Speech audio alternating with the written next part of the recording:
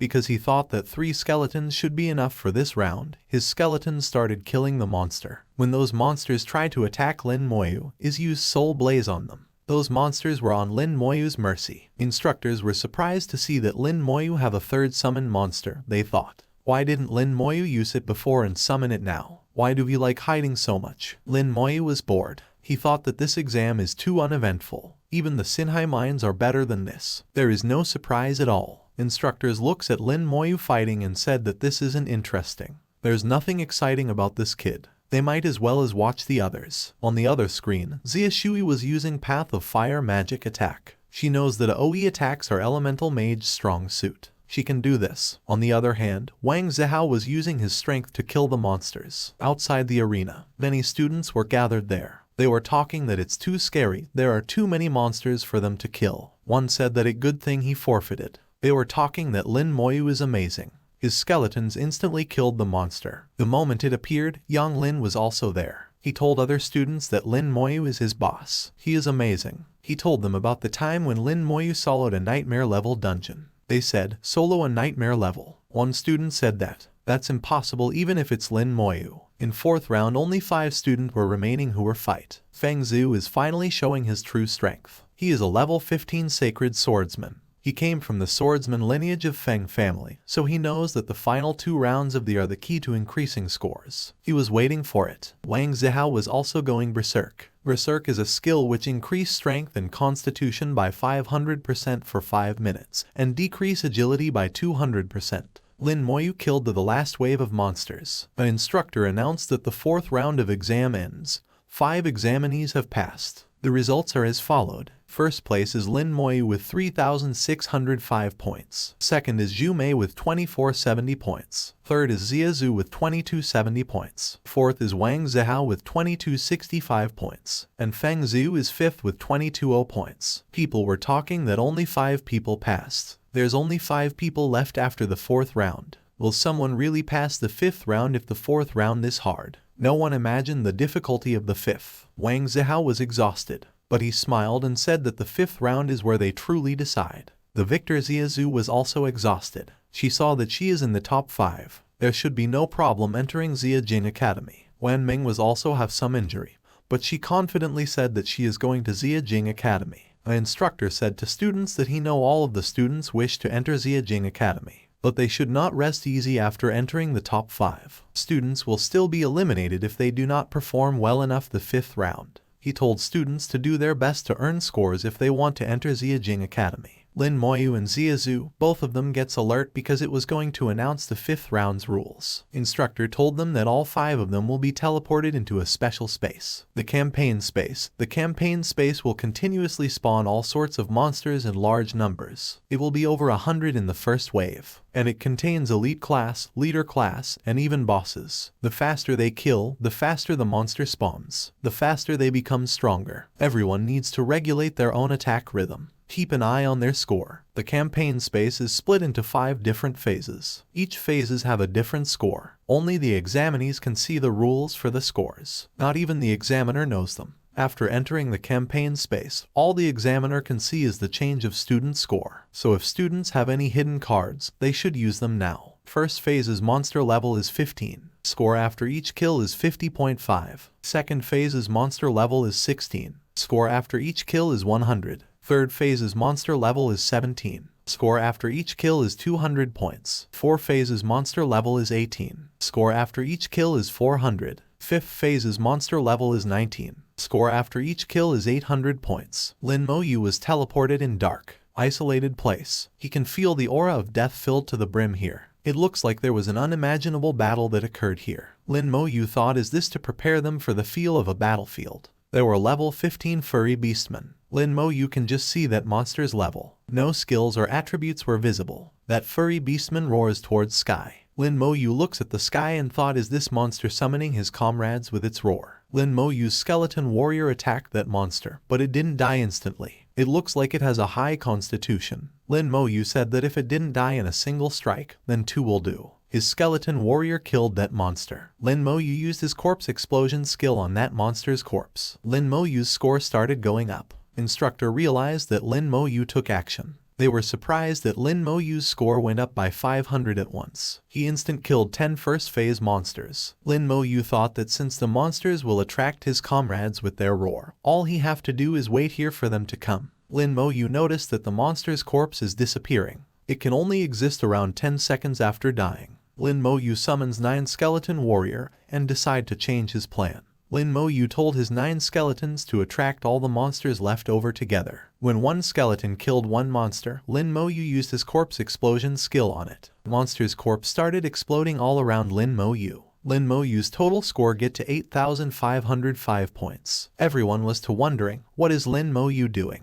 They can't see anything. His score went up by 4,500. Examiner Ning was to shock thinking, what is this Lin Moyu doing? What kind of profession is a necromancer? Where are its limits? After killing all the monster, Lin Moyu said, do we need to wait for a minute for the monster to spawn again? Suddenly someone attacked Lin Moyu with fireball from above. Lin Moyu was not even surprised. He let the skeletons block the attack. The one that attacked Lin Moyu are level 16. Furry beastmen mages. They attacked Lin Moyu with fire, rain magic. When the fire rain finally spawned, Lin Moyu looks at them and said, is it his turn now? When Furry Beastmen's army attacked Lin Moyu's skeleton warriors also got in formation. And at the command of Lin Moyu, all of the skeleton attacked those beastmen. When a skeleton kills a beastman, Lin Moyu used his corpse explosion skill on that corpse. All of the beastmen got in the range of Lin Moyu's corpse. Explosion attack and explode. Lin Moyu's score went up by 6,000 at once again.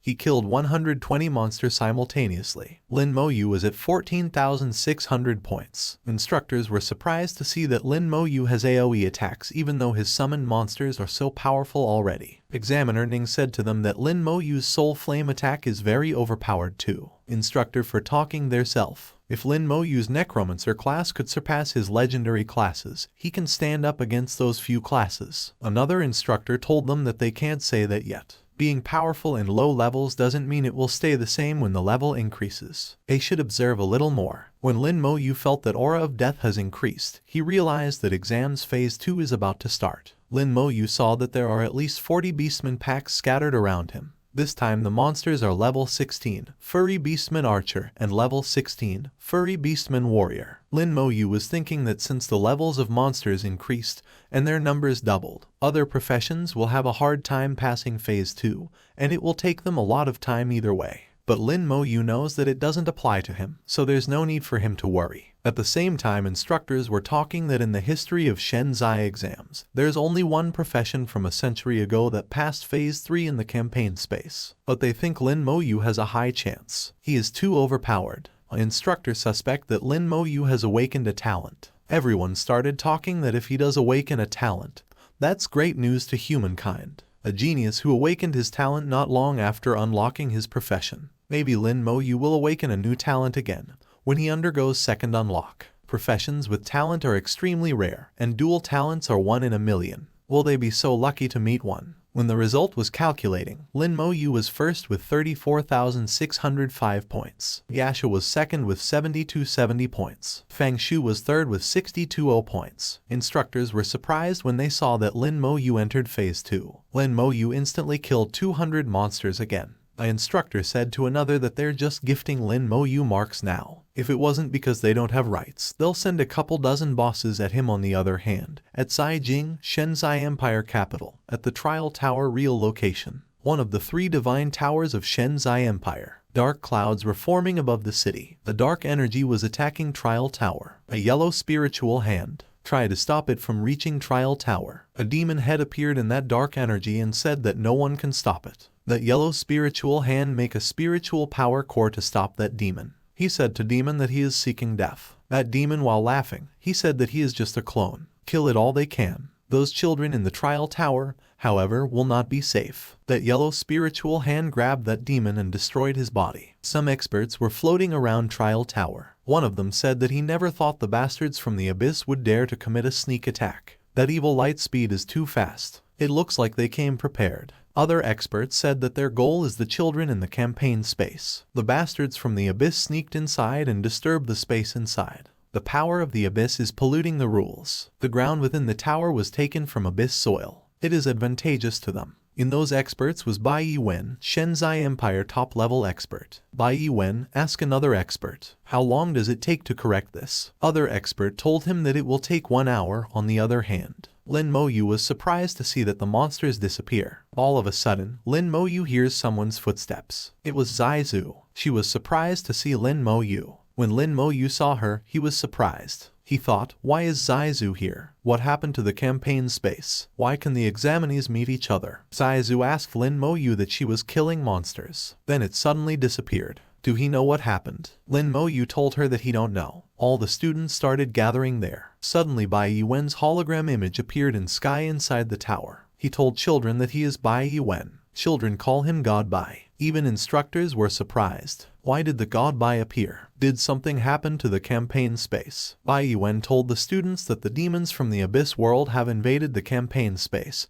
and their target is them. Bai Yiwen is doing their best to repair the rules. It is estimated to take them 1 hour. Zaizu was shocked to hear that. Bai Yiwen told the students that, in the coming hour, they must protect themselves. Bai Yiwen don't know how will the demons from the Abyss act against students, but he believed that as long as students stay united, there is nothing the power of the Abyss can do to them to motivate students. With Wang Zihao, other students started shouting that they shall not be afraid to die while fighting. Lin Moyu knows that the weakest monsters from the Abyss are level 70. If God Bai says that students can fight against the invading power, that must mean the power is not strong. Instructors said that the Abyss are clearly aiming for the exam. They are aiming for the geniuses who can participate in the 5th round. This is trying to cut off the foundation of Shenzai. Another instructor said that if they can't handle it well this time, they might come again every year. Examiner Ning told them to stop talking and tell the people outside to not panic and believe in God. Suddenly inside the tower, a red moon appeared in the sky. It was the Abyss. Blood Moon. The power of the Abyss is acting now. Students get ready to fight. Knights were in front. They said to Abyss Demon that he gotta step over the corpse of knights if you want to kill their teammates. Abyss Demon laughs and said that he expected this much from the future of Shenzai Empire, but too bad for them that they will all die. He said that 1 hour is enough for him to slaughter all of them. Such a shame he cannot taste their delicious corpses. In front of the students, a level 19 furry beastman warrior who is polluted by Abyss D. The girl said that there is a level limitation in the campaign space. The highest level is 19. So what are they acting afraid of? There are so many of students. But to their surprise there were not one monster, but a whole army of monsters. All of them were enhanced elites. Hold Lin Moyu's hand, asking him what should they do. Lin Moyu said it's troublesome, but manageable. Lin Moyu thought that since enhanced elites monsters are same as the Nightmare Dungeons monsters, and they have mutated from being infected by the Abyss powers, so will they provide experience points. Abyss the Demon asks students if they are scared now. He asks students that since the White God said that as long as students work together, they would win. But no, there's one monster for each of students to take on. How will they win? Students were talking that they can't win. Wang Zhihao can't even lift his blade. Some students who were assassin get information to fight. Lin Moyu started walking towards those monsters with his skeleton warrior. Xia Shui asked him what is he doing. She told him to quickly come back because there's over 100 level 19 enhanced elite monsters over there. Lin Moyu told Xia Shui to go back. Xia Shui said no and started following Lin Moyu. Lin Moyu told her to do whatever she wants, since it won't really affect him if she follows him. Other students were surprised to see Lin Moyu going there alone. They check Lin Moyu's level and callus. Students were talking. What kind of profession necromancer is? Are those skeletons his summoned creatures? What do they do? Should they fight with him too? After some discussion, all the students started following Lin Moyu. Wen Ming said that she do not cower from battle nor fear death. When Abyss Demon saw that someone finally comes forward, he said to Lin Moyu that he is brave. It would be a pity to kill him now, so why don't he consider becoming the Demon King's slave? When Lin Moyu stopped, Abyss Demon told him to again consider it. He told Lin Moyu that the gate will be open just for him. Lin Moyu said that it's about 50 meters distance. That's the best distance for corpse explosion to work the most effectively. When Lin Moyu stopped, students asked him why did he stop. Lin Moyu didn't reply them. He raised his hand and summoned all of his 100 skeleton warrior. All the skeleton warrior covers all the space around Lin Moyu. Students were surprised to see that many skeleton warriors. How does Lin Moyu have so many summons? What kind of profession is this? Wan Ming was surprised to that Lin Moyu's skeleton warrior are too fast. She thought that these summon creatures are even faster than her. whose main attribute is agility. Skeleton warrior. Use their rage, strike skill to attack those monsters. But those monsters were still alive. They attacked back at skeleton warrior. Lin Moyu realized that these monsters have around 3,000 strength. Lin Moyu was thinking that, from those monsters to be able to withstand that many attacks, their constitution is probably overpowered. However, with how corpse explosion works, the higher the constitution, the better. When a skeleton warrior killed a level 19 furry beastman warrior, they obtained 8,000 experience points. Lin Moyu knows that even though the amount of experience gained is a little small, but that's still better than not getting experience. There's quite a lot of them as well. Just as one monster died, Lin Moyu used his corpse explosion skill. There was a huge blast in the ground. Other students were surprised to see an explosion. And after monster explosion, one after another all the monster explodes. Students were surprised to see that all the monster are dead. A student said, "What kind of skill is that? How is it so powerful?" Wang Zihao was shocked to see Lin Moyu's power. Wang Zihao was wondering, how is Lin Moyu so strong? Why didn't Wang Zihao awaken this profession? This isn't fair. Abyss Demon said impossible. This is impossible. He said to Lin Moyu that Lin Moyu has angered Abyss Demon. He kill Lin Moyu and drink Lin Moyu's blood and eat his flesh. More monsters appeared there. Abyss Demon laughs and asks Lin Moyu that how will Lin Moyu deal with this? All of the students will die. Lin Moyu find out the location where Abyss Demon was. He was in the Blood Moon. Lin Moyu command his skeleton warrior to fight the monsters and Lin Moyu jumped towards Blood Moon with his skeleton warrior's attack. Abyss Demon ask Lin Moyu if he is lunatic. What is he going to do as Lin Moyu get near Abyss Demon? He used Soul Flame at him. Abyss Demon started burning as his soul was only there. He shouted that he'll kill Lin Moyu. He'll definitely kill him. When Lin Moyu saw that Abyss Demon is still alive, he again used Soul Flame on him. Abyss Demon was in lots of pain. He said, "What kind of skill is this? How is it able to burn his soul?" He asked Lin Moyu, "What is his profession? There's no way someone like him can exist in this world." Lin Moyu told Abyss Demon that this is the price for invading. On the other hand, outside of the tower, an expert who was trying to take control of the tower from Abyss Demon felt that the power of the abyss is getting weaker. Bai Yuan gets super angry when he hear that. He thought that all the people in the tower dead. Other expert told him that he can still feel the energy of many people in there. It's only the abyss aura getting weaker. The Demon King must be injured. Bai Yuan told that expert to say that earlier. He was worried to death. That expert told Bai Yuan to don't just release his aura without thinking. Bai Yuan said that the Abyss Demon uses the power of the Abyss to disrupt the rules of the battle space. Even they can't enter, so who is able to hurt it? Can it be those candidates who are level 15 and 16 on the other hand? Inside the tower, Abyss Demon was too angry on Lin Moyu. He shouted that he'll kill Lin Moyu. He make many powerful monsters and order them to kill Lin Moyu. Students who were fighting those monsters were too scared. Suddenly Lin Moyu get a system message that his corpse explosion skill level up to 2. It now causes corpses to explode and deals 15% damage to enemies within 2 meters. Lin Moyu was surprised to see that his corpse explosion leveled up. Lin Moyu thought that when his corpse explosion Kale skill will be blessed. The radius of corpse explosion will be 20 meters and deal 150% damage. He thought, is this a type of skill that requires repeated use and familiarity to upgrade? Oregon. Does it mean that other than the talent skills when changing professions, all the skills learned using scrolls need to be upgraded like this? Behind Lin Moyu, many powerful monster coming towards him. When Lin Moyu saw that, he thought it's perfect timing to test his new skill. Lin Moyu killed all the level 19 monsters with his level 2 corpse explosion skill. He even level up and become level 17 necromancer. Other students were shocked. Who is Lin Moyu? He's actually using these weird monsters to level up. They were thankful that he's here, otherwise they'd be doomed. Abyss Demon can't escape. He summons back all his monsters. Abyss Demon said to Lin Moyu that he, the king of Abyss, will remembers him, and when he come to the Abyss, this king, because he could accompany his words. Lin Moyu used his corpse explosion skill, turned the red moon into dust after the Abyss Demon was killed. The battle space started turning back to normal. Everyone was surprised. Did they really win? The expert who was repairing the tower felt that the Abyss consciousness has been eradicated. He told Bai Yuan that the battle space is being restored. Bai Yuan was surprised. He asked that expert about the students who were inside. That expert told Bai Yuan that the kids are safe and sound, no casualties. Bai Yuan was more surprised to hear that students don't have a single casualty. The outcome was completely different from what he expected.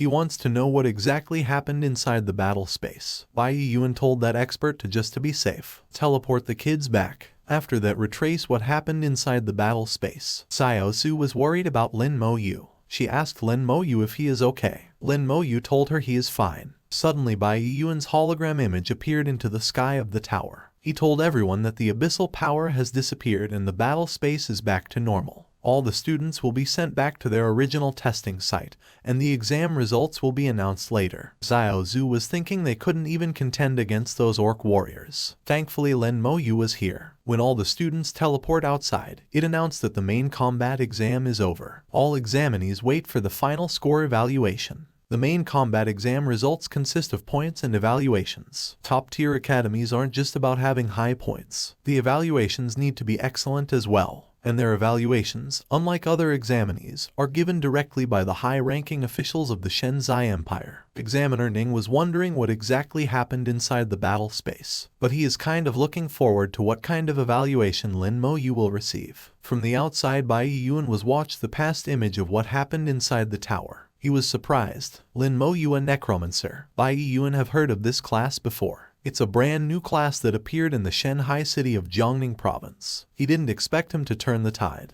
He is impressive, calm, decisive in battle, powerful class. He said this kid already has the potential to become a top-tier expert. Not only is his class powerful, but he must also have awakened strong talents as well. An examiner said that this year's evaluations were a bit tough. Another examiner asked him what's so difficult about it. Those who fled are all cowards. They just desert on the battlefield in the future. No one can rely on them. They all agree that Lin Moyu's evaluation is definitely excellent. As for the others, they have to discuss it. After some discuss, the results were out. Lin Moyu was first with 34,605 evaluation point. They even add excellent after Lin Moyu's result. When Principal Lu Yun saw it, jumped from his seat in happiness. Other principals were congratulate. Lu Yun, a principal, said that giving Lu Yun the top score in the province, he'll be bragging for another 20 years. Xia Zhu congratulates Lin Moyu. He really got the top score in the province. Lin Moyu smiles and thanks her. Xia Zhu was too surprised to see Lin Moyu smiling. Xia Zhu said to Lin Moyu that he looked pretty good when he smiled.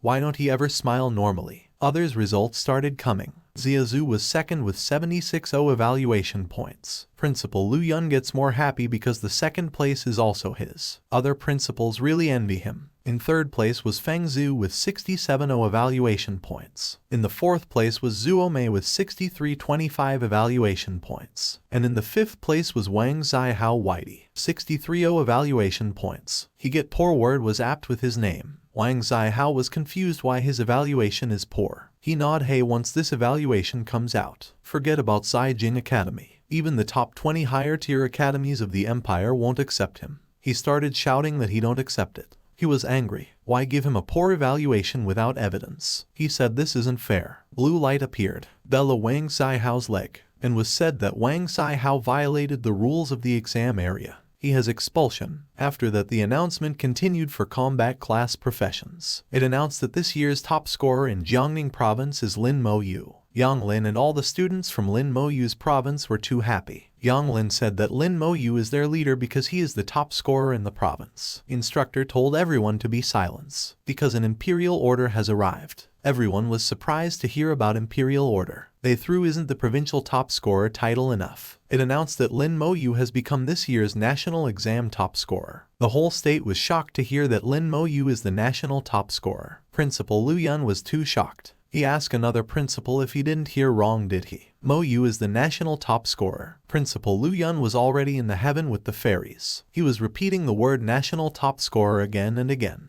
A principal asked him if he is okay. He told Principal Lu Yun to don't get too excited and take care of himself. They told him that he didn't hear wrong. This time he can brag for a lifetime. All the people were too happy because their Jiangning province produced a national top scorer. A woman said, Lin Moyu is truly amazing. In the future, she'll make her child go to the same high school. Wan Ming goes to Lin Moyu and congratulate him. Su Zhen thanked him, because without him they would have been in trouble this time. Lin Moyu shake hands with Su Zhen and said it's not a problem. Su Zhen tell Lin Moyu that since Lin Moyu is probably planning to take the exam at Zhejiang Academy, then they should meet at Zhejiang Academy. He said he'll treat Lin Moyu to a meal then. Lin Moyu said okay to him. Both Wan Ming and Su Zhen was confused. Lin Moyu's short reply. The Zhu comes and told them that Lin Moyu doesn't talk much. She's been his classmate for 3 years and they haven't exchanged more than 10 sentences altogether. Lin Moyu correct her by telling that it's 26 sentences. Shanya Zhu was embarrassed and both Wan Ming and Su Zhen were laughing at his reply.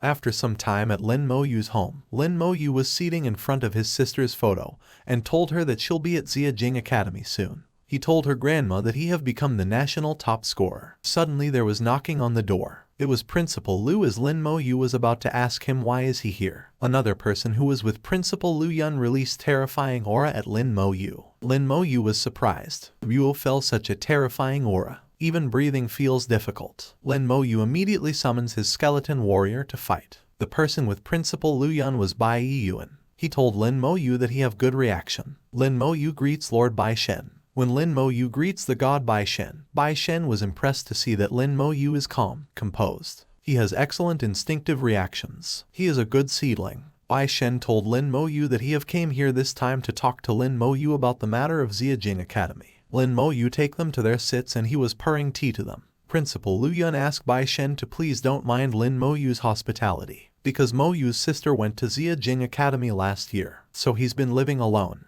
Bai Shen was now more impressed of Lin Moyu because with such a family background, both siblings were able to enter Jiajing Academy. It's truly remarkable to have a genius like him. Bai Shen looks at Lin Moyu's skeleton warriors. 4 attributes with 250 average attributes. He asked Lin Moyu about how did he achieve victory in the battle space with those attributes. Lin Moyu was surprised when Bai Shen tell him that his skeleton have 250 average attribute. Lin Moyu realized that others can't see the talent-boosted attributes of the skeleton warrior class. Bai Shen asked Lin Moyu, what talent did he awaken? Principal Lu Yun was surprised. Moyu, did you really awaken a talent? Lin Moyu told them about his talent, which is amplification. It amplifies all skills. It all makes sense now that Lin Moyu tell them about his skill. Bai Shen said he have 2 things to discuss this time. First is the reward from Jiajing Academy, and second is to take Lin Moyu to the academy. There will be a trial the day after tomorrow, and he hope Lin Moyu can participate. When Lin Moyu asked him what kind of trial is it, Bai Shen said that it's an internal trial within Jiajing Academy. The participants are all their own internal students. He can't tell Lin Moyu the specifics until he agree to participate. Participation is not compulsory and the decision is up to him. But what do Bai Shen mean by internal participants? Is it secretive? It seems like the trial's content is unusual. These thoughts were coming to Lin Moyu's mind. When Bai Shen was Lin Moyu thinking too hard about it, he again said he can't reveal the content, but he can tell Lin Moyu this trial opportunity is rare. Originally, Lin Moyu wouldn't have been able to participate in this trial. Lin Moyu stops thinking and said he'll join it. Bai Shen had a smile on his face. He said that since that's the case, he will give Lin Moyu the rewards first. He take out something from his subspace and said that, as the national top scorer, Lin Moyu's rewards are quite substantial. The first reward is 100,000 points in addition to Lin Moyu's exam score. All the points are all in the card. Lin Moyu have heard that within the academy, points are more useful than gold. The second reward is 1 primary skill scroll and 1 intermediate skill scroll. Bai Shen told Lin Moyu that the third item is based on Lin Moyu's performance in the battle space, an additional reward for him, a qualification to enter the Divine Summer Tower once. This qualification to enter the tower is very precious, especially for the first time. He told Lin Moyu to be sure to prepare well before going. Lin Moyu understood. He knew that when Lord Bai Shen emphasized something, it was really important. Bai Shen asked Lin Moyu to tidy up a bit because he was taking him to Jiajing Academy. Later, Bai Shen and Lin Moyu went to a teleportation circle. Principal Lu Yun bid farewell to Lin Moyu. In the blink of an eye, both Lin Moyu and Bai Shen arrived at Jiajing Academy. Lin Moyu saw the academy's name on the gate. Bai Shen explained that the gate wasn't just an entrance, it was also a powerful weapon. Even top-tier experts would have to pay a high price to forcefully enter. Bai Shen showed Lin Moyu the residential area where he would be staying. Bai Shen said he had to leave and advised Lin Moyu to rest well. Someone would come to guide him the next day. Lin Moyu agreed. Another student with orange hair greeted Lord Bai Shen and was curious about Lin Moyu's identity. Despite being personally received by Lord Bai Shen, the student's tone was cold. Other students asked Lin Moyu where he would like to stay and presented various options like 4-person rooms, 2-person rooms, single-room dormitories, standalone villas, and villas with practice grounds. He told Lin Moyu that different types of accommodations cost a lot differently. He advised Lin Moyu, saying that he knows Lin Moyu just finished an exam and has a lot of points. However, there are many places where points will be needed later. He suggested staying in a 4-person or maybe a 2-person room for now. Lin Moyu expressed his desire for a single-room dormitory, thinking it would be a good idea to save a bit for it. The orange-haired boy was surprised at the idea of a single room and questioned Lin Moyu's decision, thinking it was extravagant and not a wise saving choice. They went to Lin Moyu's single-room dormitory, and Lin Moyu felt satisfied with the room. The orange-haired boy asked for Lin Moyu's identity card to register it. When he inserted the card into the payment machine, he discovered that Lin Moyu had tens of thousands of points. He was astonished and asked Lin Moyu how he had so many points. Lin Moyu explained that it was a reward for being the national top scorer, 130,000 points in total. The orange-haired boy then understood why Lin Moyu wanted a single-room dormitory. He expressed his surprise because, since entering the academy,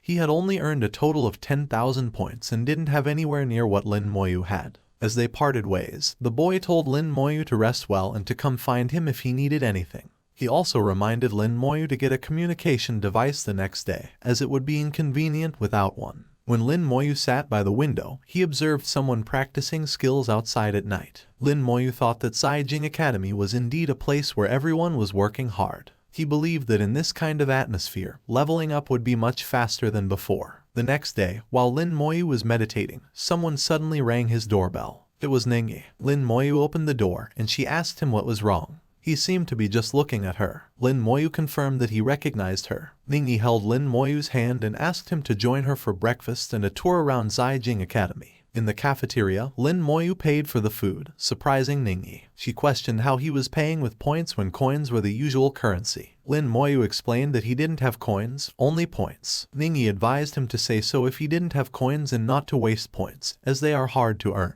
She noticed that Lin Moyu had a substantial 133,600 points, which shocked her. She asked him how he had so many points, and Lin Moyu shared his story. When they left the cafeteria, Ningyi reminded Lin Moyu to use coins where possible and to use points wisely, even if he had them. Lin Moyu agreed, and as a gesture of gratitude, he gave Ningyi the Goblin King's core. She marveled at its beauty and asked if it was the core crystal of the Goblin King. Lin Moyu confirmed it, and Ningyi inquired about its value. This is the main Goblin King ring of the 5th tier. It's a powerful item that bosses use. If someone wanted to buy it, it would cost at least 1 million coins, but he's giving it to her for free. Lin Moyu agreed to take it. He thought it was a very valuable item and felt that the Dynasty Guild was being generous. Ningyi was really happy to receive that special ring. After that, Ningyi showed Lin Moyu around Saijing Academy, including the Academic Affairs Office where Lin Moyu completed his enrollment procedures. Lin Moyu asked Ningyi why he couldn't find any information about his sister. When Lin Moyu searched for his sister's information,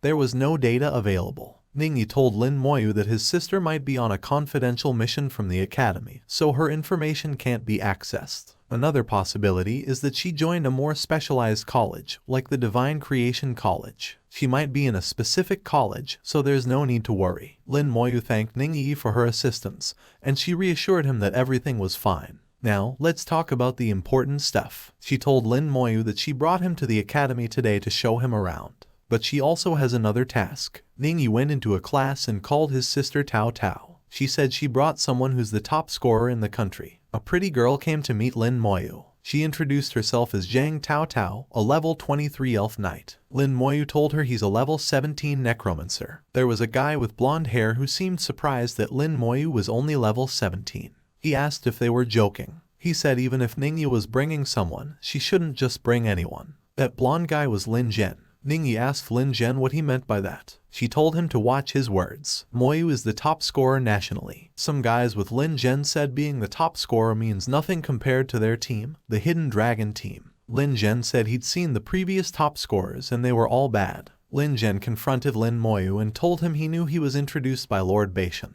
but that didn't mean he could do whatever he wanted because of that connection. He was angry and said in their team, strength is everything. It's okay to bring Lin Moyu along for the trial, but he should keep quiet and not mess up, or he wouldn't be nice. When Lin Moyu saw him, he thought even the young lady from the Xia family wasn't as arrogant as this guy. Lin Moyu asked if Lin Zhen was going crazy. Lin Zhen got angrier and attacked Lin Moyu with fire magic. Jiang Tao Tao intervened, creating a barrier, and scolded Lin Zhen for his actions. Ningyi advised Lin Zhen to stop, and he backed down, agreeing to meet again the next day. Jiang Tao Tao arranged to meet Lin Moyu at 9 a.m. to discuss trial details. Lin Moyu thanked her, and Ningyi urged them to leave. They needed to buy supplies and prepare. Jiang Tao Tao approached Lin Zhen, advising him not to let personal issues affect the trial, especially since Lin Moyu was recommended by Lord Bai Shen. Lin Zhen insisted on his boundaries but expressed curiosity about Lin Moyu. Jiang Tao Tao mentioned Lin Moyu's top national score and his unique class,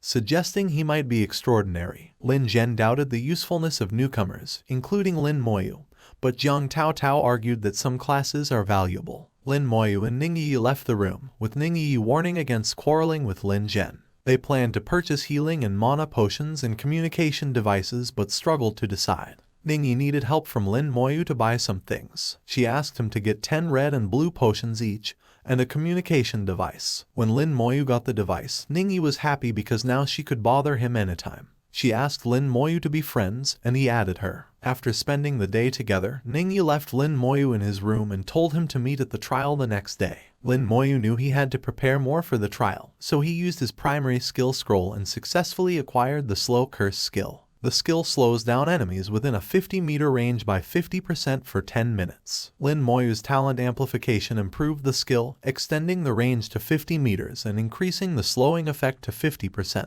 The duration also extended to 10 minutes. Lin Moyu now had summoning, attack, and curse series skills, all powerful and important. He hoped to learn more skill series in the future. The next day, Ningyi called Lin Moyu on his communication device and asked him to join her for breakfast before leaving. In the classroom, Jiang Tao Tao warned them not to wander aimlessly after being teleported. Lin Zhen told them not to slow them down, but Ningyi assured him they wouldn't. Jiang Tao Tao was tired from their fight. She said, "Sort out any issues you have later, not during the trial. Just focus on the task and don't bring the team down. This trial is crucial, and everyone should realize that. Now, let's introduce ourselves." Jiang Tao Tao asked each person to introduce their character in the game. An orange-haired girl named Miao Yu, a level 20 elf elder. A big guy named Duan Gao, a level 20 diviner. Lin Zhen, a level 21 warlock. Jiang Tao Tao herself was a level 23 elf knight. Lin Moyu revealed he's a level 17 necromancer, and Ningyi introduced herself as a level 19 shadow assassin. Jiang Tao Tao emphasized the importance of unity in the trial, warning that any lack of cooperation would not be tolerated. Ningyi assured her that they wouldn't disrupt the trial. As Jiang Tao Tao initiated the trial teleportation, a magic circle appeared beneath them, and they all found themselves in front of the imposing Divine Xia Tower, which Lin Moyu and Ningyi were surprised to learn was in the sky. A bright light approached Lin Moyu, realizing that the Divine Xia Tower's power had teleported them to Mermaid Island. They stood before a mission stone, and Jiang Tao Tao instructed everyone to touch it to learn about the trial's mission. Lin Moyu touched the stone, revealing the mission titled Mermaid's Tear. Lin Moyu was told to go into the dungeon, defeat the big boss, and get the stone. Only 6 people can go in, and they should be around level 20. The stone only drops in the hardest dungeons, and only 3 teams can get it. The dungeon is in the middle of Mermaid Island, so basically, they just need to clear the dungeon. Jiang Tao Tao was surprised the trial was on Mermaid Island. Ningyi asked her to share her experience since she's done many trials. Jiang Tao Tao explained that the stone can make special gear, and it's really good. Mermaid Island isn't part of their empire, and only 3 stones drop each year. Other countries also come for them. They're one of 10 teams from their academy, Team 2, so they compete with their classmates and teams from other countries. Ningyi asked what if they meet teams from other countries. Jiang Tao Tao said it's happened before. Usually, they just guard the dungeon entrance to stop others from going in. But they need to stay alert because conflicts have happened, and people have died. Just take things as they come. The most important thing is their safety. Lin Moyu and Ningyi recalled a scary forest incident. Ningyi reassured Lin Moyu that they wouldn't face such a situation again. Jiang Tao Tao suggested they get ready to enter Mermaid Island. She asked Duengao to enhance everyone's strength, agility, defense, and mana with his buffs. Lin Moyu noticed a 30% increase in his attributes and a 20% boost in skill power lasting for an hour. Impressed by Duengao's support abilities, Lin Moyu wondered how effective the buffs would be on his skeleton warrior. Duengao was shocked to see the summoned skeleton warrior and couldn't apply buffs to it. Myo got scared and hid behind Ningyi, but she reassured Myo that the little skeleton warrior was cute. Lin Moyu asked Duengao to try buffing the skeleton warrior, but it didn't work. It seemed Lin Moyu's talent was too strong, overriding Duengao's blessing. Lin Zhen mocked the seemingly useless summon, leading to a tense moment. However, Jiang Taotao intervened, suggesting they save the fight for later. Let's finish the trial first. Lin Zhen stopped because he was scared. He didn't understand why he felt like he was about to die when Lin Moyu looked at him. His body got really cold and stiff. Suddenly, a red light appeared from a mountain, signaling the start of the trial. Jiang Taotao ran towards it, urging everyone to head to the island. Everyone followed Jiang Taotao. She told them their goal is the Mermaid Dungeon and they should move quickly, avoiding monster fights if possible. When some monsters saw Lin Moyu's team coming, they hid in the water. As Lin Moyu and others tried to cross the river, level 19 merfolk soldiers attacked them. Jiang Taotao fought with them, injuring the monsters with a fireball. Ningyi, acting as an assassin, killed a level 19 merfolk soldier. Captain Jiang Taotao obtained a fish scale. After defeating the monsters, they continued but stopped because level 21 monsters appeared. At this rate, it would take them 3 more hours to reach the island's center. Jiang Taotao said they were too slow and couldn't clear out the monsters anymore. She put Moyu in charge of control. They decided to charge through. Moyu used her windbind to create a tornado, urging everyone to hurry. She assured them she had it under control. 20 minutes later, Jiang Taotao stood on top of a mountain, but there were still many monsters in front of her. They were falling behind, so she asked Moyu if they had a chance if they charged straight ahead. Moyu said there were too many monsters for that. She can't control them. Plus, the monsters are stronger than her at level 22 while she's lower. Her skills might not work. Jiang Taotao knows that if they charge indirectly, they could end up surrounded and in danger. But if they clear the path as they go, it'll take a lot longer, maybe another hour, and they'll fall even further behind. Then Lin Moyu steps up and offers to handle it. Ling Zhen mocks Lin Moyu, calling him a weak level 17 newbie who hasn't done anything so far. What's the point of him? He should just stay back and let the women handle it. Ningyi tells Ling Zhen to shut up. Jiang Taotao ignores them and asks Lin Moyu what his plan is. Lin Moyu says he'll use a skeleton warrior to distract the merfolk monsters. Jiang Taotao remembers that Lin Moyu can summon creatures. She tells him it's up to him now. Lin Moyu's skeleton warrior moves so quickly that even Jiang Taotao, at level 23, is surprised. With the monsters distracted by the skeleton warriors, they clear the path. Jiang Taotao tells everyone to keep moving. After some time, when they've left the monsters behind, Lin Moyu recalls his warrior. Jiang Taotao praises Lin Moyu, saying they owe their progress to him. Moyu agrees, saying they owe him one. Ling Zhen asks Lin Moyu why he didn't do that from the start, as they could have been further ahead by now. Ningyi tells Ling Zhen to stop talking nonsense and if he's so capable, he should go ahead himself. Ling Zhen tells Lin Moyu it's all thanks to the summon, implying that Lin Moyu is useless without it. Lin Moyu says it's the last time he'll do it. All of a sudden, Moyu yelled at everyone to run quickly. A group of monsters was attacking them. Jiang Taotao instructed everyone to retreat. It turned out that people from Country Y were behind the attack, using their unique class called Shikigami Summoners. These summoners could transform their Shikigami into monsters, a skill they possessed. The monsters were like ancient gods summoned by these Shikigami summoners. Moyu asked why they were doing this, and Jiang Taotao explained that they wanted to prevent anyone from going up the mountain. As they headed towards the mountain, Jiang Taotao told the others to stay behind. If things got tough, they could use a mission stone to teleport away. According to Jiang Taotao, this mermaid dungeon belonged to their country, and they were determined to protect it. Other teams criticized this move, calling it despicable. The Shikigami Summoner class was considered legendary, and it seemed that Country Y had spared no expense. Now, there were hundreds of merfolk monsters gathered,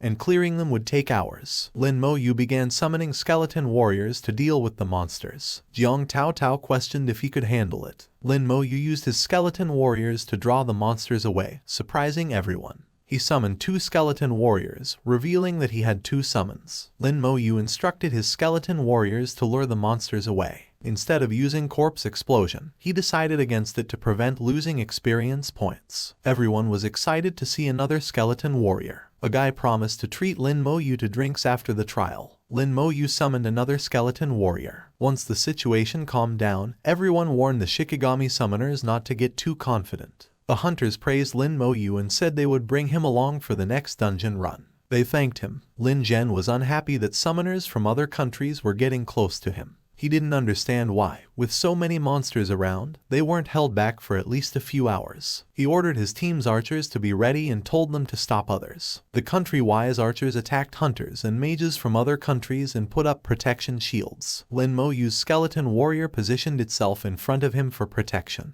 Ningyi reassured Lin Moyu that she wasn't afraid this time with him and his skeleton warrior. After the first clashes, hunters realized their teams were too chaotic and needed to regroup. They felt the need for a powerful mage and were missing some people at the mountain's base. They decided to regroup to suppress the country-wise teams. Lin Zhen approached Zhang Taotao and said he wanted to join another team, either with Lin Moyu or on his own. He asked Captain Zhang Taotao to decide. Duan Gao told Lin Zhen he was going too far, and Moyu mentioned that if it weren't for Lin Moyu luring the monsters, they wouldn't have made it up. Ningyi also expressed anger towards Lin Zhen, who thought Captain Zhang Taotao would try to keep him. Other teams are searching for magic users. Lin Zhen, a key player in their team, believes that by getting rid of Lin Moyu, who is a damage dealer, he can secure his own position. Zhang Taotao, after some thought, suggests that if Lin Zhen is willing to go to such lengths, he should leave the team instead. Lin Zhen is surprised and asks her again if she really wants him to leave, emphasizing that without him, Zhang Taotao won't pass the trial to enter the creation seminary. Zhang Taotao, with determination, confirms that she wants to join the seminary. Lin Zhen, however, seems to have forgotten Zhang Taotao's role as an elf knight with her own beliefs. Zhang Taotao acknowledges that everyone owes their presence here to Lin Moyu, and she cannot allow him to be forced out by Lin Zhen's threats. Lin Zhen warns her not to regret her decision and then quits the team. Lin Moyu, unfazed, stands up and invites Zhang Taotao to join him in the dungeon. Ningyi, another team member, follows suit. Zhang Taotao is unsure about the situation, but she decides to go along, thinking that they can retreat if things get too dangerous. She wonders why Ningyi trusts Lin Moyu so much. As the five of them approach the dungeon, it triggers a reaction among the knowledgeable people in the country. Zhang Taotao and his group were kicked out of the party at first because they weren't allowed near the dungeon. However, people who Lin Moyu had previously saved recognized him and came to support him. They stood up against the bullies from country Ling Zhen, who was also there, mocked Zhang Taotao's group and called them fools, saying they were there just to die. A skilled hunter summoned monsters to attack Zhang Taotao's group, but Zhang Taotao bravely stood in front of Lin Moyu with a shield. Zhang Taotao looked nervous. Lin Moyu then summoned a powerful skeleton warrior along with 20 others, creating a shield that protected them from all attacks. Everyone, including the country's skilled hunters, was shocked by the strength of these skeletons. Despite looking fragile, the skeletons proved to be very powerful, rendering the attacks against them ineffective. The country's hunters attempted to attack Lin Moyu, who remained calm and unaffected. The group, along with the summoned skeletons, disappeared through the dungeon's entrance, which Lin Moyu had chosen to be of nightmare difficulty. The country's hunters were furious as they entered the dungeon. Inside, Zhang Taotao could only look at Lin Moyu in amazement. Ningyi told Zhang Taotao to chill out because Lin Moyu's skeletons are really strong. Zhang Taotao agreed and hoped their attacks would be powerful enough. She decided to focus on blocking monsters and asked Moyu to heal her. She also left crowd control to Moyu. Moyu reassured her, and Duan Gao gave his blessings. Suddenly, they received a notification that a level 21 elite merfolk warrior was killed, earning them 10,000 experience points. Moyu and Duan Gao were surprised by the unexpected experience points. They learned that Lin Moyu's skeleton warrior had one-shot an elite enhanced merfolk warrior. Lin Moyu instructed his skeleton warrior to keep looking for targets. Zhang Taotao was amazed that the skeletons could defeat enhanced nightmare-level monsters in one shot. She knew that even with a perfect party, it would usually take 1 to 2 minutes to defeat such monsters. Ningyi praised Lin Moyu's skeletons and urged everyone to hurry along. Duan Gao asked her to wait as they tried to understand the situation. Zhang Taotao advised against dwelling on it and urged them to follow Lin Moyu. The skeleton warrior easily killed monsters with rage strikes, leaving Zhang Taotao shocked. It was the first time she felt so relaxed while clearing a dungeon. Usually, she stands at the front, keeping an eye on the enemies and protecting her teammates. But this time, it seems like she doesn't need to draw the monster's attention. Duengao and Moyu are also surprised. It feels like they're not needed. Suddenly, they reach a dead end, and there aren't many monsters in the dungeon. When Ningyi goes ahead to check, she sees a boss monster below, a level 23 Merfolk Queen Serpent, an elite target with even higher attributes than the Goblin King. Lin Moyu's skeleton has an average attribute of 27-0. Zhang Taotao, feeling nervous about the level 23 monster, offers to attract its attention. But Lin Moyu assures her it's unnecessary. Lin Moyu's skeleton warrior jumps down to face the Queen Serpent, but the serpent quickly uses a skill to crush it. With incredible speed, the Queen Serpent heads towards Lin Moyu and Zhang Taotao. Zhang Taotao asks Lin Moyu for advice, mentioning the Queen Serpent's agility. Lin Moyu tells her not to worry and uses a slow curse skill on the Queen Serpent, making it appear as if the serpent is bound by chains. As the Queen Serpent slows down, Lin Moyu's skeleton warrior climbs back up. Zhang Taotao wonders about the capabilities of a necromancer, considering Lin Moyu's powerful summons and curse skill. The Queen Serpent uses a death strangle skill to kill a skeleton warrior. When the other skeleton warriors tried to attack the Queen Serpent, she used a poison attack. Lin Moyu wasn't worried because his skeletons were undead, so the venom wouldn't affect them much. One skeleton warrior immobilized the Queen Serpent, while another jumped from above and stabbed its sword into the serpent's head. Zhang Taotao was surprised that the fight ended so quickly. A system notification revealed they had defeated a level 23 Meridlic Queen Serpent, gaining 50,000 experience points, a silver-grade armor, and an intermediate-level monster core. Ningyi happily suggested they move on, and Duengao, though shocked at his lack of involvement, gained a lot of experience. Zhang Taotao, equally surprised at Lin Moyu's power, kept it to herself and urged everyone to follow him. She explained that the Queen Serpent they just defeated was the pet snake of the Queen of the Merpeople, and she feared Lin Moyu might become the new queen. As they ventured deeper into the dungeon, they encountered a strong fishy smell. Finally, at the dungeon's end, they found a large white castle, guarded by many merpeople. Zhang Taotao became nervous seeing 60 patrols in front of the castle, totaling 180 enhanced elite merpeople. However, Lin Moyu was pleased to have more monsters to face. He summoned his skeletons and ordered them to attack the merpeople. Zhang Taotao was really surprised to see skeleton warriors fighting against merpeople. Zhang Taotao knows that Lin Moyu has a powerful skeleton, but thinks rushing into battle like this is too hasty. The elite mer soldiers, at level 21, notice the skeleton warriors entering their territory. The skeleton warriors use berserk strikes with their swords, while the mer soldiers counter with stunning sweeps using their spears. A fierce fight begins. Ningyi panics when she sees more merpeople patrols rushing over. Lin Moyu instructs Ningyi to cover her ears, as he's about to use his corpse explosion skill. Ningyi covers her ears, and a massive blast occurs. System messages start flooding in, indicating that they've killed elite mer soldiers and gained experience points. Zhang Taotao, Moyu, and Duengao are bewildered by the constant notifications. They can't comprehend what's happening, and the non-stop system notifications continue as Lin Moyu's corpse explosion skill wreaks havoc. Zhang Taotao and the others are in shock. They wonder what kind of talent makes someone so powerful, unable to understand how Lin Moyu achieved it. Experiencing this notification spam for the first time, they are dumbfounded. Suddenly, the palace door opens, and the boss-level monster, the Palace Queen of the Merpeople, emerges. This monster has a beautiful upper human body and a lower mermaid body. Ningyi is amazed by the Queen of the Merpeople and approaches her. Ningyi's eyes turn completely white, similar to what happened with Zhang Taotao and Duengao. Lin Moyu figured out that the Merpeople Queen had a magical skill. Moyu was also having a hard time controlling herself because they were the only ones unaffected. Lin Moyu used his skeleton warrior to prevent Ningyi and others from getting close to the Merpeople Queen. Moyu used her clear-headed skill on everyone. She was a bit surprised to discover that Lin Moyu was not affected by the enchantment of the Merpeople Queen. Others woke up from being confused. They had headaches. Ningyi asked Moyu what happened earlier. Moyu also had a headache because she resisted the Queen of the Merpeople's magic. She explained that the Queen has enchantment magic, and they all fell under its spell. Luckily, Lin Moyu intervened, or their group could have been wiped out. When the Queen saw her magic didn't work and her people were defeated, she became furious. She unleashed a powerful aura and summoned a giant spear. She used a fearsome shriek that made it difficult for Zhang Taotao and others to stand. Jiang Taotao thought it would take at least an hour to defeat the queen in a normal fight, but now Lin Moyu's moves were unpredictable. The queen's power was too high, and even the skeletons couldn't withstand it. Jiang Taotao felt like they were foolishly attacking a lion with a pack of wolves. It was hard to predict the outcome. The queen targeted the skeleton warrior, destroying one when her spear hit. Jiang Taotao asked Duengao to buff them and be ready for battle. She worried that if Lin Moyu's skeleton soldiers fell, they would be in trouble.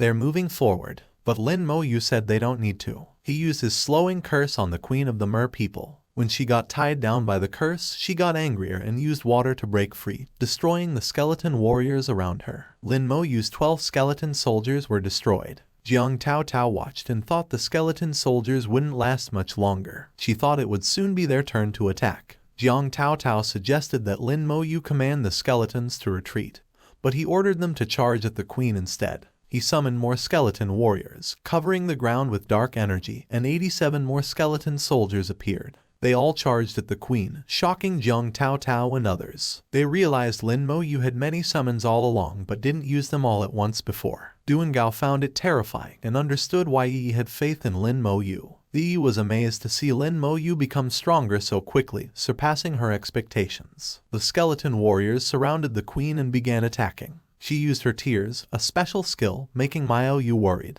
She said she's not strong enough to defeat the boss because her level is too low. Lin Moyu reassured her, saying that his character is strong and the boss's abilities won't affect him. His skeleton soldiers are immune to the boss's attacks, and when the queen of the mer people tried using her special ability, it didn't work on Lin Moyu's team. Ningyi was happy because they completed the trial mission, getting closer to entering the Academy of Genesis. Jiang Taotao was also excited about leveling up. Duengao credited their success to Lin Moyu, saying they couldn't have done it without him. Moyu expressed disappointment in Lin Zhen and vowed not to team up with him again. Ningyi happily danced, and Lin Moyu asked if she had a cooldown talisman. Excited, she confirmed and asked if he planned to do the dungeon again.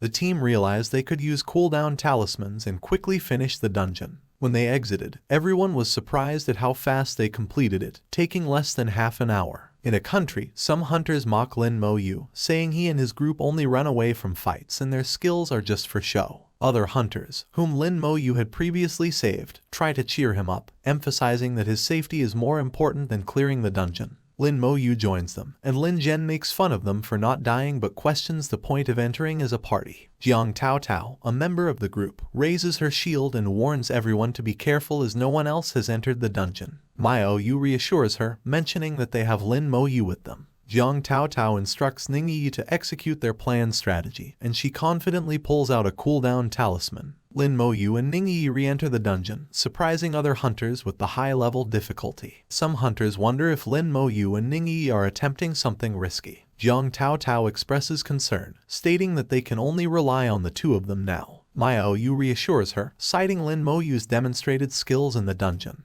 Jiang Taotao reflects on Lin Moyu's abilities and believes he can handle the nightmare level alone. Meanwhile, inside the dungeon, Ningyi expresses surprise at how quickly Lin Moyu is helping her level up. Ningyi told Lin Moyu not to give up halfway. Lin Moyu agreed, and they entered a dungeon together. Ningyi informed Lin Moyu that they only had enough cooldown talisman uses for both of them to clear the dungeon twice. They needed to seize the chance to collect merfolk's tears while being aware of a potential ambush from mer soldiers. As they proceeded, a mer soldier tried to attack them, but Lin Moyu's skeleton warrior quickly defeated it. Lin Moyu assured Ningyi not to worry, emphasizing his speed. The skeleton warrior swiftly killed monsters, surpassing the system notifications. They reached the hill where they had fought the merfolk queen serpent before. The serpent attacked Lin Moyu, but the skeleton warrior swiftly eliminated it. Lin Moyu was satisfied with their progress, as it took only 5 minutes compared to the previous half hour. Blushing, Ningyi complimented Lin Moyu, expressing her admiration. Lin Moyu suggested heading to the merfolk queen's palace. Upon arrival, mer soldiers charged at them, but Lin Moyu's skeleton warriors skillfully defeated them. Lin Moyu informed Ningyi that with the guards gone,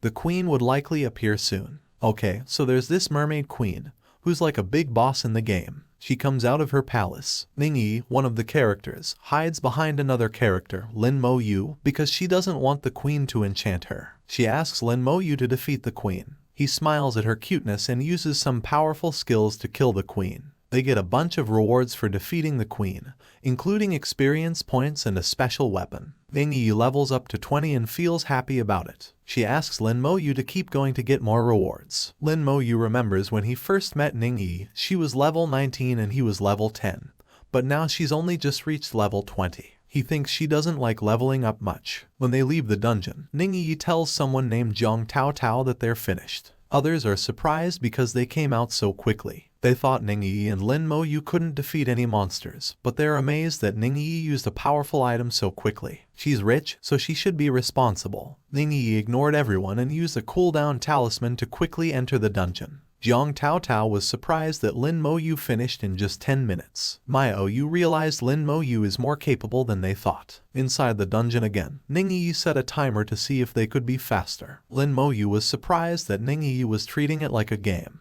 When Lin Moyu killed the merpeople queen, Ning-yi was happy because they did it in 8 minutes and 58 seconds, 30 seconds faster than before. Lin Moyu's work was done, so he suggested returning. Ning-yi, holding the third merfolk tier, couldn't wait to see the hunters' reactions. However, when they came out, hunters made fun of them, accusing them of running away without facing any monsters. Zhang Tao Tao asked how it went, and Ning-yi assured him they got everything. Suddenly, the dungeon on their back disappeared, shocking all the hunters. They couldn't believe it, saying the dungeon shouldn't disappear unless 3 merfolk tiers were taken. Someone pointed out that Zhang Tao Tao's party entered the dungeon 3 times. Ning-yi gave all the merfolk tiers to Zhang Tao Tao, and Lin Moyu suggested it was time to leave. Suddenly, a hunter charged at Zhang Tao Tao's group, insisting that they couldn't let them leave because they had the merfolk tiers that belonged to them. The hunters surrounded Lin Moyu, Ning-yi, Zhang Tao Tao, Moyu, and Duan Gao, demanding them to hand over the tiers. When other teams from the Xia Empire heard that Zhang Tao Tao's group had all the merfolk tiers, they were shocked as the dungeon had disappeared.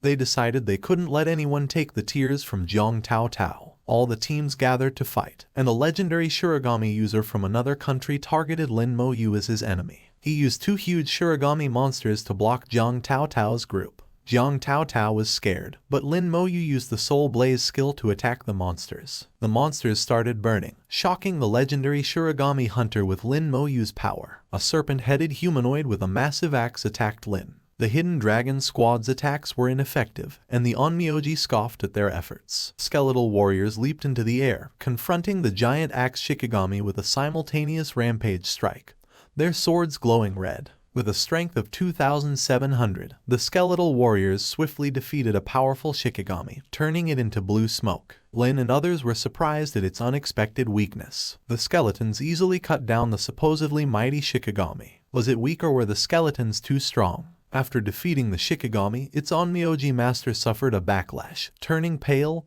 and spitting out blood. Lin, with a flame in hand, struck the wailing Shikigami with the soul flame once again. 2 skeletal warriors silently emerged, blades slicing through Shikigami. Facing 2 more charging at him, the Onmyoji screamed and urged his Shikigami to flee. His resentful and fearful gaze at Lin shocked everyone, halting the chaotic battle. The Sakura Empire couldn't believe Lin's powerful skeletons easily defeated their strongest Shikigami, questioning his level and profession. The Onmyoji, aware of Lin's level 17 necromancer status, believed he had an extraordinary talent. This revelation suggested the necromancer profession was more potent than imagined, prompting the Onmyoji to report this newfound power in the Divine Empire's ranks. He rode away on his Shikigami, leaving his party and the people behind. More skeletal warriors emerged, standing in the field with glowing blue-white bodies and chilling swords. Flames in their eye sockets flickered in the cold wind. They went to Sakura Empire professionals. Witnessing the strongest one flee, the others didn't stay. One person started running, and others followed.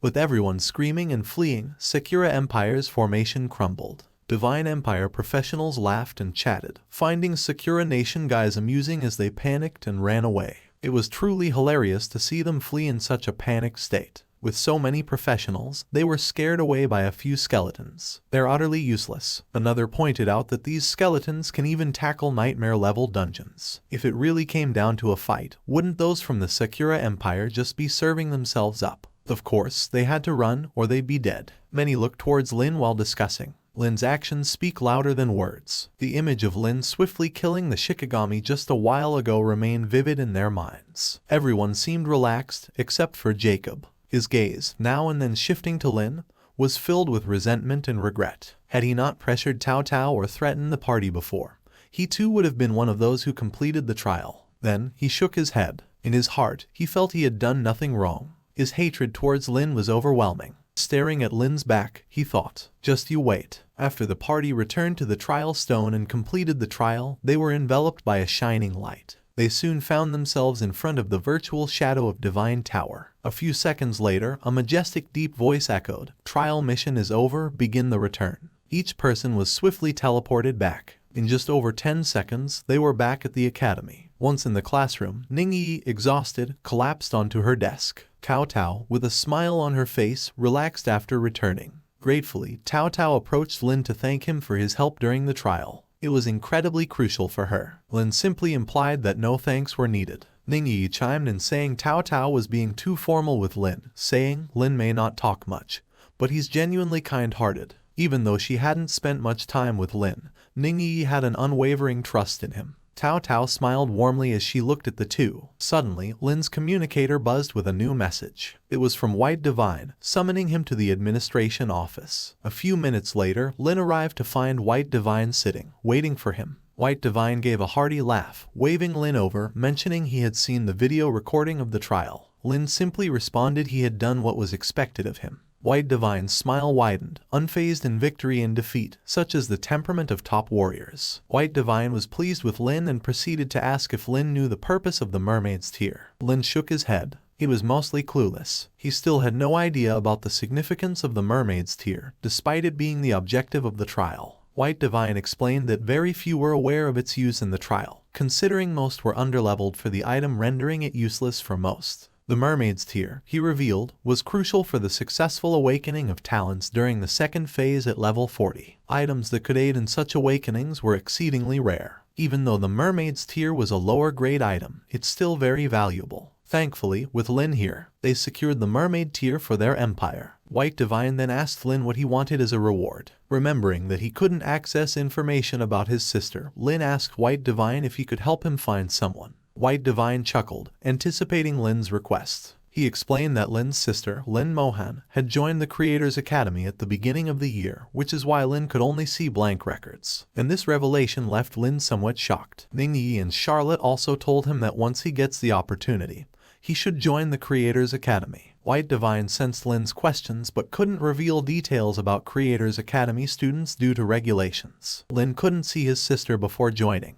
He asked about the requirements for joining the academy. White Divine, expecting the question, promptly adjusted his communicator. White Divine believed he should already have been informed about Lin's sister's situation. After some consideration, asked for a cooldown amulet, recognizing its rarity and immense value, especially as it was nearly impossible to find in the open market. White Divine chuckled. White Divine presented Lin with another task, promising to secure the amulet for him upon completion. Lin agreed promptly. Equipped with a basic cooldown amulet, he could swiftly tackle dungeons, enhancing his leveling pace. White Divine recommended Lin reach level 20 before embarking on this endeavor. Urging haste, he advised Lin to level up at the Academy's dungeon hall, providing Lin with a teleportation stone.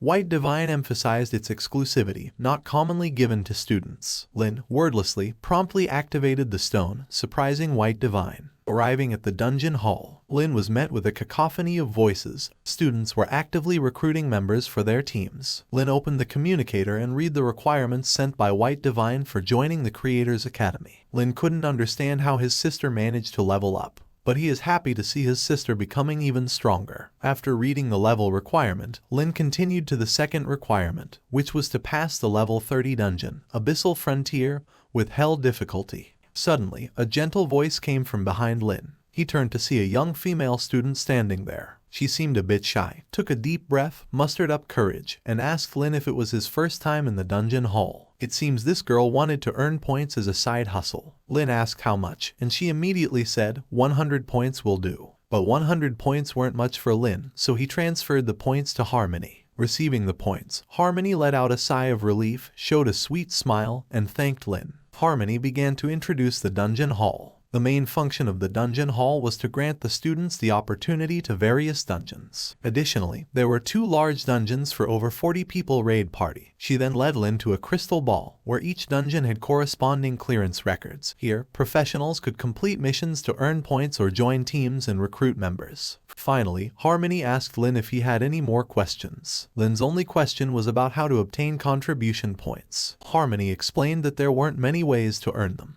and completing them would earn contribution points. Lin checked the mission center, considering he needed 1,000 points to join the Creators Academy. This could take a long time. Just at that moment, Lin's communicator rang.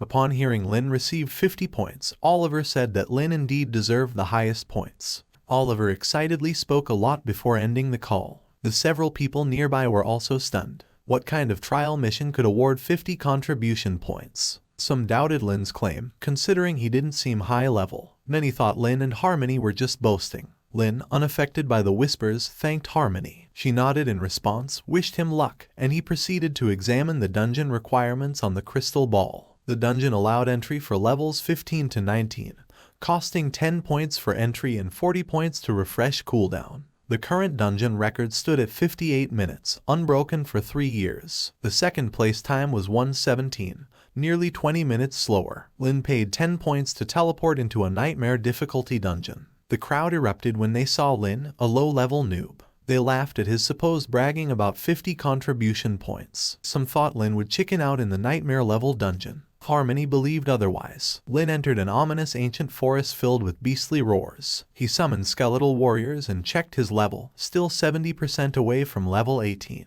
The skeletal warriors hunted monsters, earning Lin 6,000 experience and 5 beast skins. Notifications flooded his screen. Lin ventured deeper into the forest, relying on skeletal warriors to handle weaker mobs as he aimed for the dungeon boss. Near a pond, he encountered a colossal, turtle-like creature with a spiked shell. This mutated turtle boss had 4,000 strength and 7,000 vitality, surpassing even a level 24 mermaid queen. The skeletal warriors engaged it, their swords clashing against the turtle's shell. Despite the size difference, the turtle fought fiercely, using its teeth and tail to attack. Employing a skill called Super Defense, it erected a vortex shield, enhancing its vitality stats. The skeletal warriors persisted in their assault, striking the turtle's shell relentlessly. Attacks did minimal damage. Even a rampage strike couldn't break the boss's defense. Lin grasped why the dungeon record stood unbroken for 3 years. Realizing physical damage was futile, he turned to magical attacks, conjuring flames in his hand. Using the skill Soul Flame, he targeted the boss, causing intense struggle and screams. Lin commanded skeletal warriors to overturn the turtle, allowing a coordinated rampage strike on its stomach. Finally, the boss succumbed. Lin's experience increased by 35%, realizing another run could level him up.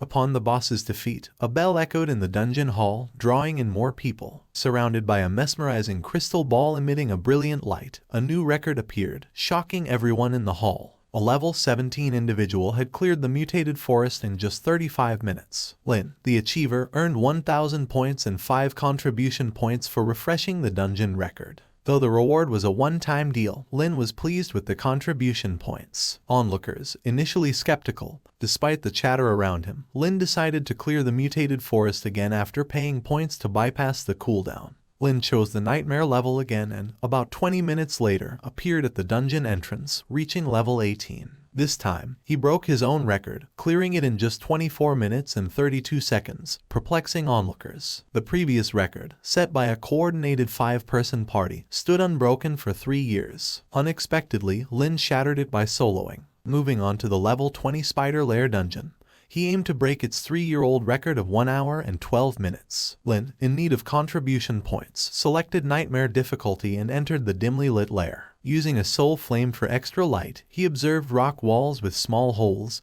spider webs, and the sound of crawling spiders. Summoning skeletal warriors, Lin commanded them to explore the complicated and tortuous environment. The warriors encountered enemies in a maze-like structure, providing Lin with valuable information. The dungeon was full of countless interconnected caves, resembling a gigantic maze where the skeletal warriors faced frequent attacks. Lin faced a setback in his progress as he encountered numerous small spiders in a cave. Despite their low attributes, they were abundant. Lin used his soul flame to swiftly eliminate hundreds of them, triggering a flood of notifications. Although each small spider only yielded 500 experience points, collectively, it equaled the experience from 20 elite monsters of the same level. Lin then noticed a skeletal warrior under attack by small spiders, causing its HP to decline rapidly. Unable to recall it due to the spiders, Lin opted for Corpse Explosion, obliterating the pests, and significantly boosting his experience. Recognizing the potential for efficient experience grinding in this location, Lin decided not to waste the opportunity. Lin prioritized leveling up rather than breaking records in this run.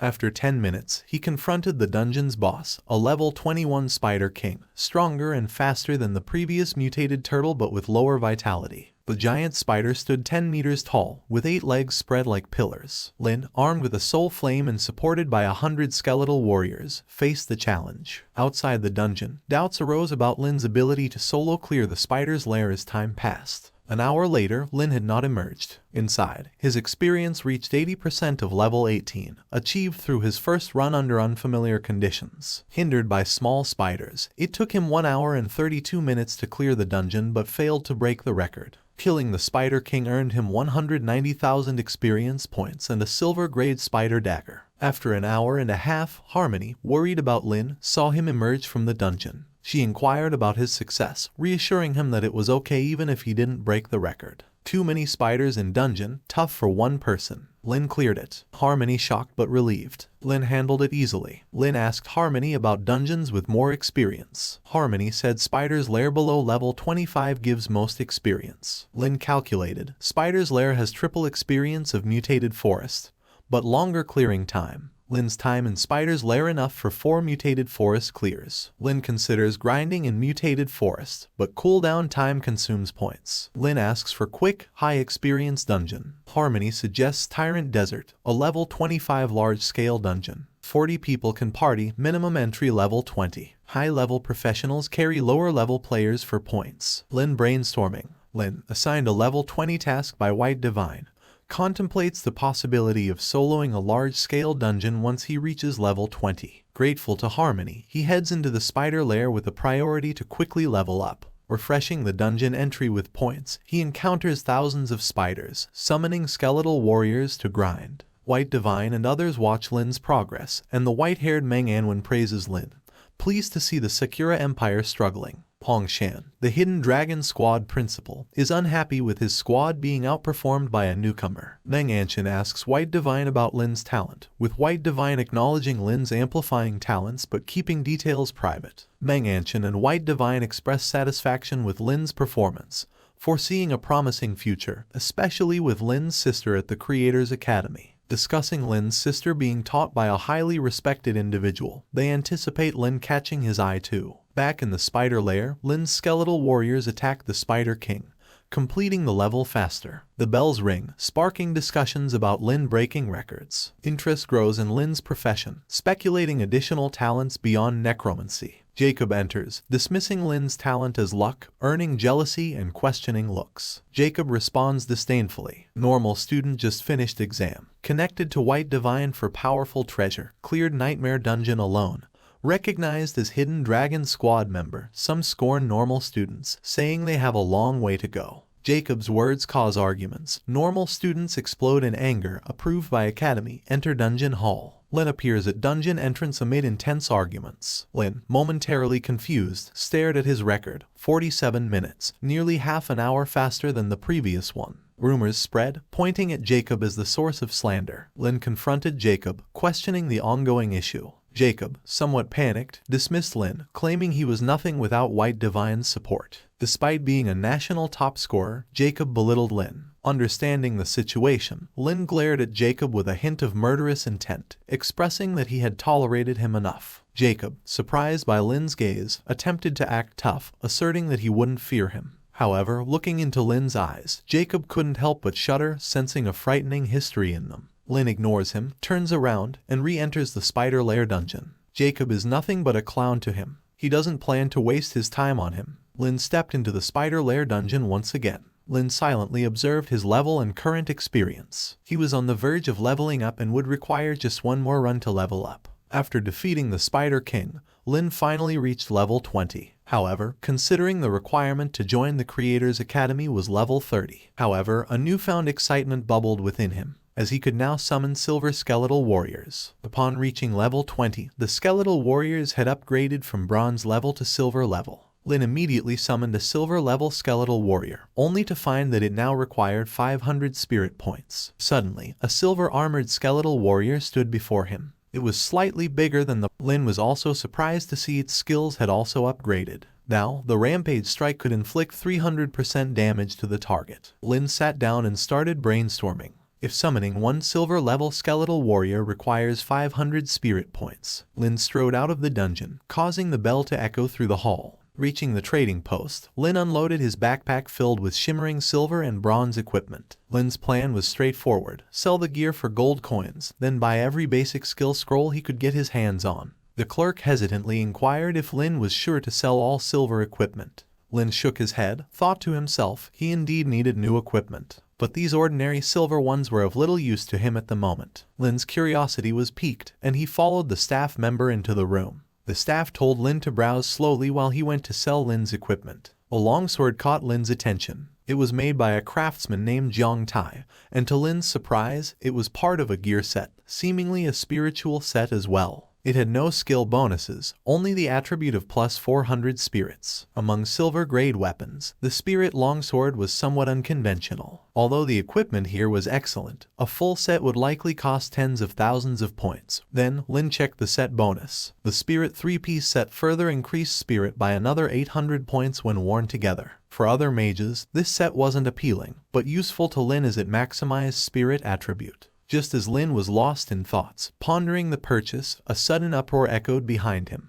Their eyes fixed on a piece of equipment in the center. The murmurs and exclamations painted the air with a hue of curiosity and disdain. Lin meandered toward the commotion, his eyes catching sight of a scythe weapon. A locked fourth skill caught Lin's attention, the scythe captivating him with excitement. An overwhelming surge of emotion and desire fills him as he fixates on the weapon, feeling a destined connection. While others see it as a worthless attribute-less weapon, Lin envisions a new meaning in his hands. Reflecting on past encounters with abyssal demons, he sees the potential to level up the scythe by slaying them and absorbing their souls. With his trove of silver equipment converted into basic skill scrolls, Lin uses his card to purchase the scythe from the staff. Staff expressed disbelief, questioning Lin's certainty about the purchase. Lin assured him and paid with his card, revealing 130,000 points. He left with the scythe as staff watched in amazement. Back in his dorm, Lin stored the scythe, postponing demon hunting. He aimed to learn new skills with scrolls. Activating a basic skill scroll, it transformed into light but failed as expected, not guaranteed.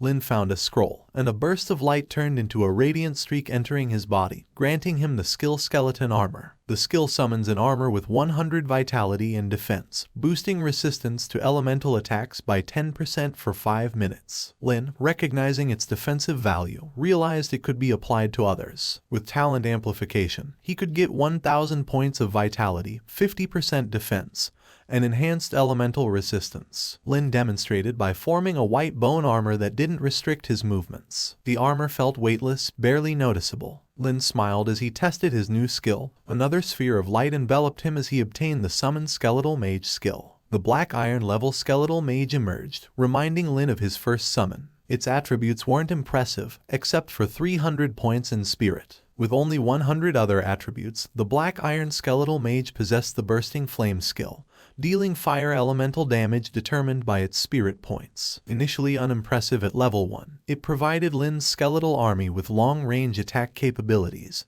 promising greater power as it leveled up. Lin exhausted his basic skill scrolls and acquired 2 skills, entering meditation to recover. The next morning, he visited White Divine to discuss his level 20 status, surprising White Divine during his morning tea. White Divine was surprised by Lin's rapid ascent to level 20 in just 1 day, even faster than White Divine's own achievements. Impressed, White Divine acknowledged the siblings' exceptional abilities. After a brief silence, White Divine revealed a simple mission for Lin, retrieving the heart of the tyrant from the 40-person dungeon raid, Tyrant Desert. Despite being a challenging level 25 dungeon, White Divine gave Lin 3 days to complete the task. Success would be rewarded with a primary cooldown amulet. Lin nodded in understanding. Before the dungeon, Lin considered using a cooldown amulet but opted for spending points in the hall to reset cooldowns. White Divine, sensing Lin's thoughts, explained the amulet's immense function compared to the hall. The hall lacked top-level dungeons with cooldowns up to a month, making the amulet crucial. Lin doubted a primary amulet for top-level dungeons, but White Divine assured him that all advanced amulets upgrade from the lowest tier. Upon mission completion, Lin would receive a primary amulet and learn the upgrade method. Lin accepted the task, surprised by the prospect of upgraded cooling amulets. Before departing, White Divine reminded Lin of the 3-day deadline due to the Academy's opening ceremony. Manga observed White Divine's interest in Lin,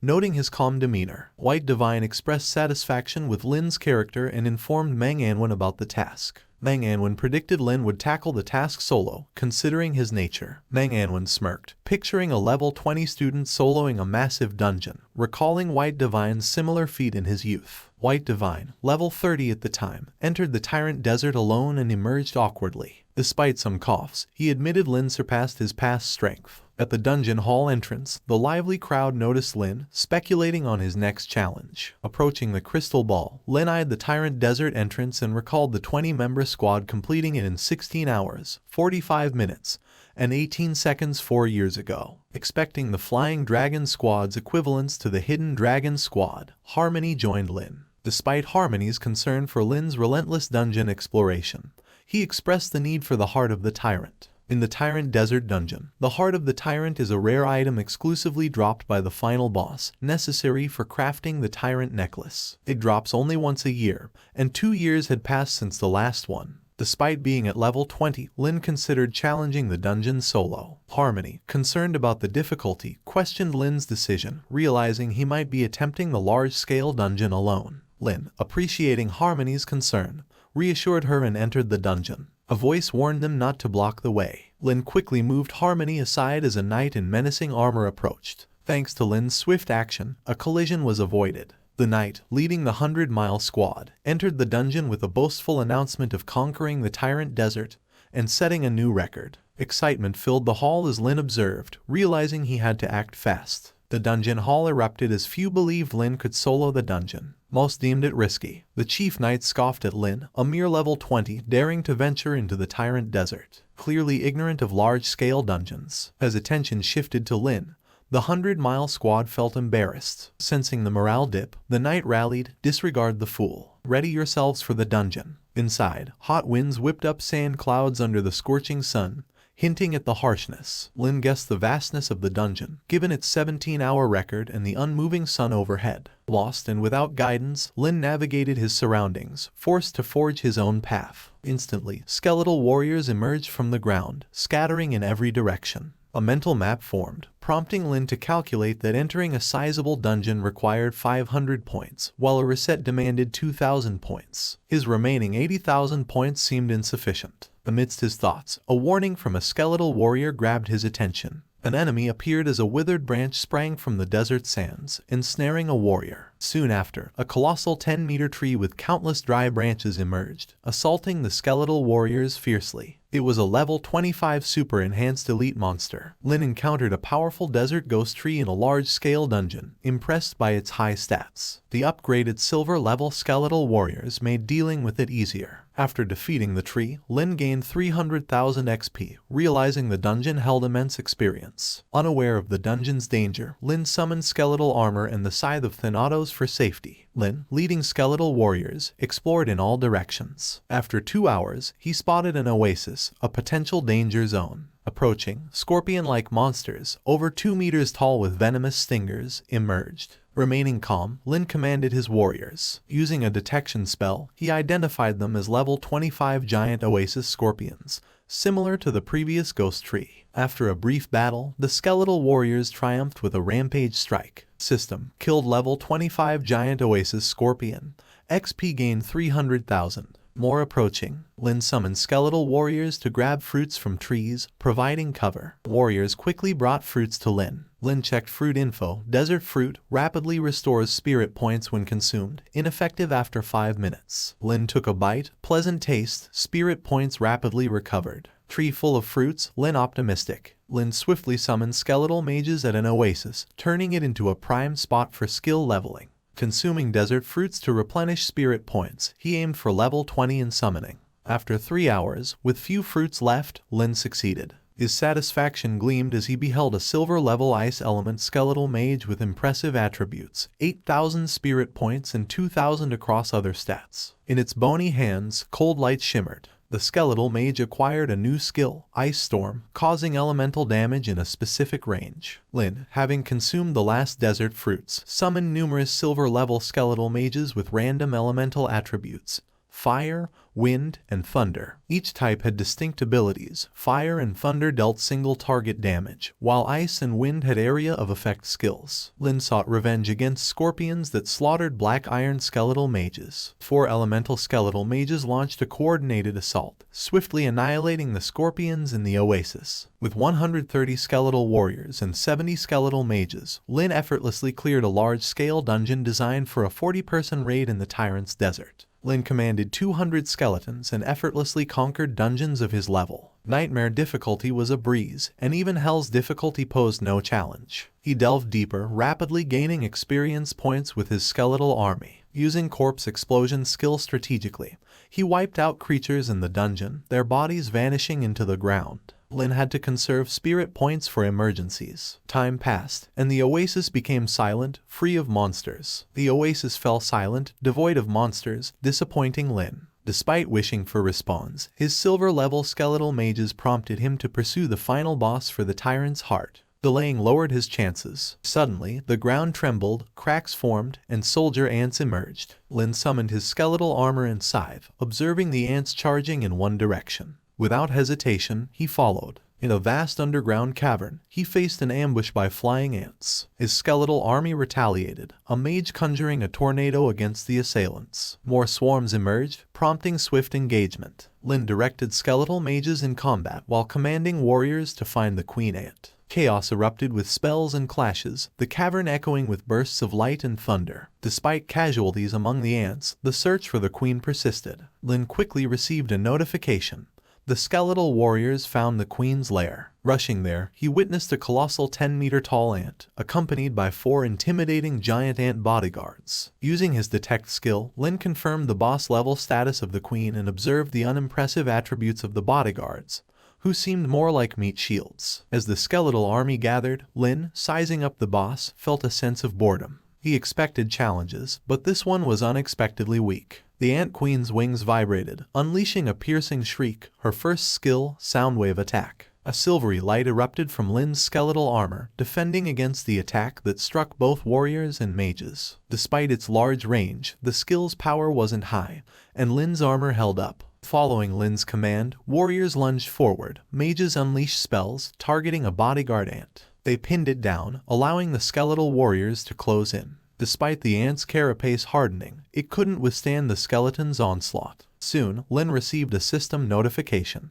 Level 27 bodyguard Ant Queen defeated. Exp gained 390,000. Witnessing the bodyguard's demise, the Ant Queen unleashed another wing attack, flapping her wings fiercely. Massive wings whipped up a storm-like gust, sending skeletal warriors flying, obliterating the nearest 2 instantly. Unexpectedly, the Ant Queen's body shrank, curling into a defensive posture. Her third skill, Curl Up. Simultaneously, a translucent membrane enveloped her with incredible defensive capabilities, impenetrable to the great words of skeletal warriors. Lin recognized it as a limitless defense skill. All skills of this nature have a time limit. Facing stronger attacks shortens their duration. Diverse assaults relentlessly hit the Ant Queen. She curled up, shrieking endlessly. The screams echoed in the chamber. Countless crawling legs filled the space. Lin saw swarms rushing from tunnels, summoned by the Ant Queen. Unperturbed, Lin, excited, spotted a bodyguard ant corpse and triggered explosion. One explosion led to another. The Ant Queen screamed, and a system notification appeared. Desert Ant Queen defeated. Experience gained 800,000. 2 silver-grade equipment pieces, Desert Ant Queen's egg, and intermediate monster core acquired. Lin was just shy of level 21. Holding the Desert Ant Queen's egg, he thought about the money it could fetch. Sadly, all monsters in the area were gone. Lin left the ant chamber, heading to his next destination. He continued upward until sunlight greeted him again. 2 hours later, the coolness faded, replaced by scorching heat. Endless golden sand stretched before him. His skeletal warriors hunted and killed creatures. A massive fortress appeared, surrounded by aligned huts like a military encampment. Countless lion-headed beastmen bustled about, with hundreds kneeling fully armed, awaiting orders from a majestic silver lion on a grand throne. This lion tribe tyrant ruled the area. Lin found the right spot, a city wall covered with skilled bowmen from the desert lion tribe. They were stronger than the monsters in the ant cave. In the distance, a busy military camp housed numerous beastmen, and there was a training ground with troops drilling. Lin noticed unique beings in the camp, lion-headed creatures covered in fur and armor, over 3 meters tall. They moved with precise coordination and were powerful warriors. A lapse in attention could mean facing over 10 elite monsters simultaneously. These were not ordinary monsters, each was super enhanced. Even for a 40-man raid, battling them was tough. Lin summoned his skeleton legion with the Scythe of Thanatos. The spirit general activated army formation, organizing the skeletal army. They charged, followed by skeletal mages. Bowmen on city walls alarmed the military camp, releasing a beastman army. Arrows rained from the castle. They shot arrows at Lin's skeleton army, using fire, ice, wind, and thunder. The elements dazzled in the sky, blocking the arrows and hitting the lion tribe warriors. Despite a focused attack, some lion tribe warriors fell. Lin couldn't use corpse explosion due to the distance. The spirit general led the skeletal warriors to clash with the lion tribe. Lin directed skeletal mages to attack city gates, but they remained unbreached. Arrow showers from lion tribe bowmen on the walls continued. The skeletal warriors, with high health points, endured the arrows while assaulting the gates. Gradually, Lin felt something was wrong. What went awry? After careful thought, Lin realized they were in a large dungeon that required teamwork or a specific method to open the gates and face the final boss. The castle gate was tough, but not impenetrable. Forget the mechanic, just out DPS it. Lin commanded the skeletal warriors to stack the lion tribe warriors' corpses in front of the gate. Hundreds of lion tribe warriors were piled up. Lin then raised his palm silently. Boom. The gate exploded. The skeletal warriors rushed onto the castle walls, killing the lion tribe archers. When Lin entered the castle, all the lion tribe warriors and archers were wiped out. Skeletal warriors advanced on the main road of the castle. In the castle heart, a massive lion tribe beastman with a crown exuded a formidable aura. Unfazed by the skeletal swarm, Lin detected the boss's immense strength. 13,000 strength, 8,000 agility, 12,000 vitality, and 3 unique skills. Lin realized it wouldn't be easy, murmuring, completely different from any boss I've encountered before. It was the first time encountering such a formidable boss, surprising Lin despite anticipation. Task: kill the tyrant quickly, apologize for being in a hurry, Lin said. Skeleton warriors attacked the tyrant with a strength attribute of 13,000, killing 2 instantly. The 30-meter-tall tyrant stomped, cracking the ground and blasting away nearby skeletons. More skeletons leaped onto the tyrant, slashing madly. Skeletal mages constantly cast abilities, landing furiously on the tyrant. Flames caused violent explosions. Thunderbolts interrupted the tyrant, making it furious. A huge axe appeared in its hands, swinging horizontally to send skeletal warriors flying. One whirlwind attack obliterated 24 warriors instantly. Lin watched silently, unsure how a 40-man raid party could handle this powerful boss. If the warriors couldn't hold up, the knights wouldn't last much longer. Lin used Slow Curse, reducing the tyrant's speed and relieving pressure on the warriors. Tyrant sensed change, roared fiercely, unleashing Hellish Roar skill. Roar transformed into Shockwave, collapsing ground.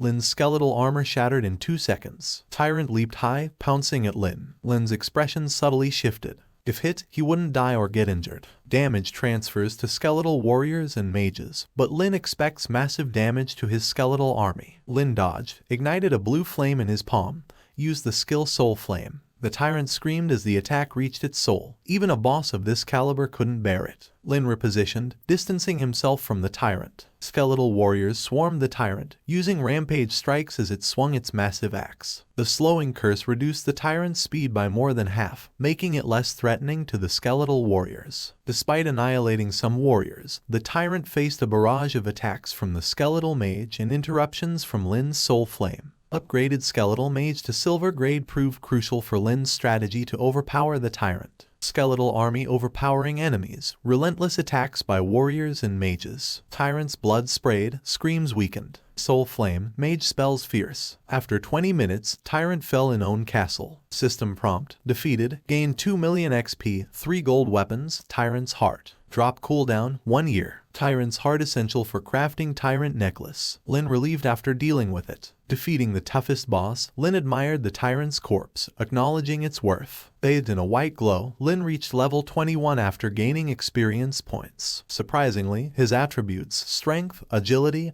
and vitality, each increased by 30 points, reaching 330. Spirit up by 200 to 1500 total. Lin and his summoning skeletal mage both leveled up to 21. Skill levels seem to match his own. Lin realizes skills may auto-level when mastered, surprising him. He plans to max out skills ASAP, especially as leveling gets harder. He considers returning to Tyrant Desert for more fruit to level up. Suddenly, commotion in Dungeon Hall, bells ringing 6 times, a new record. 6 set a new dungeon record. Hundreds crowded the hall, eyes on the announcement board. Chatter filled the air as more players teleported in. An arrogant voice cut through, and a group, including Mark, entered. He looked proud. Posse swaggered in confidently. Mark chortled, sure record was set by 100-mile squad. Crowd murmurs suggested Lin broke it. Many saw Lin in dungeon. Mark, with arrogant voice, asked about Lin's squad. Never heard of him. Arrogant voice. Mark questioned anyone daring to challenge the 100-mile squad's record.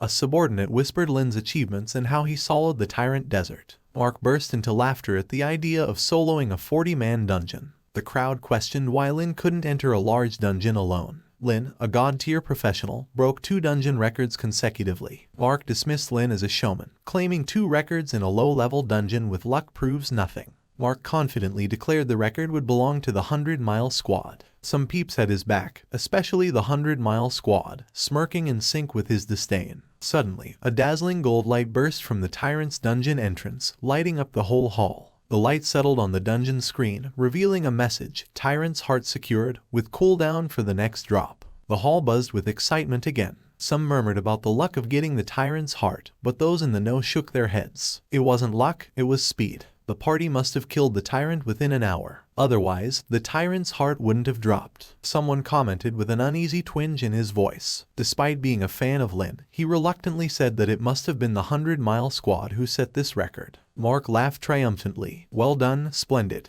Not only creating a new record, but also acquiring the Tyrant's Heart. The screen flashed once again. The previous record slid down into second place. A new record officially materialized. Lin, level 21, completion time 14 hours 11 minutes 43 seconds. As Lin's name appeared, a collective stillness enveloped everyone. Mark's laughter froze on his face. His prior arrogance shattered in an instant. He felt like falling from heaven to hell, sensing everyone laughing at him. Shame, embarrassment, humiliation, a rush of emotions overwhelmed him. A flash of light at the dungeon entrance, Lin emerged, faces around him, disbelieving he solo cleared a large dungeon, shattered the record. Mark, eyes ablaze, approached Lin. You're Lin. Lin, confused, didn't recognize him. Priority, submit quest to White Divine. Mark saw Lin ignore him, no acknowledgement. Fury flooded him. Face turned red, onlookers reveling in his humiliation. Tomorrow, Academy gossip. 100-mile squad gains reputation. Yep, they deserve it for being too showy and having big egos. Mark, with no dignity left, wanted to leave. Humiliation, discomfort, tears. As Mark left, the crowd in the dungeon hall chatted about Lin. Solo clearing a level 20 dungeon.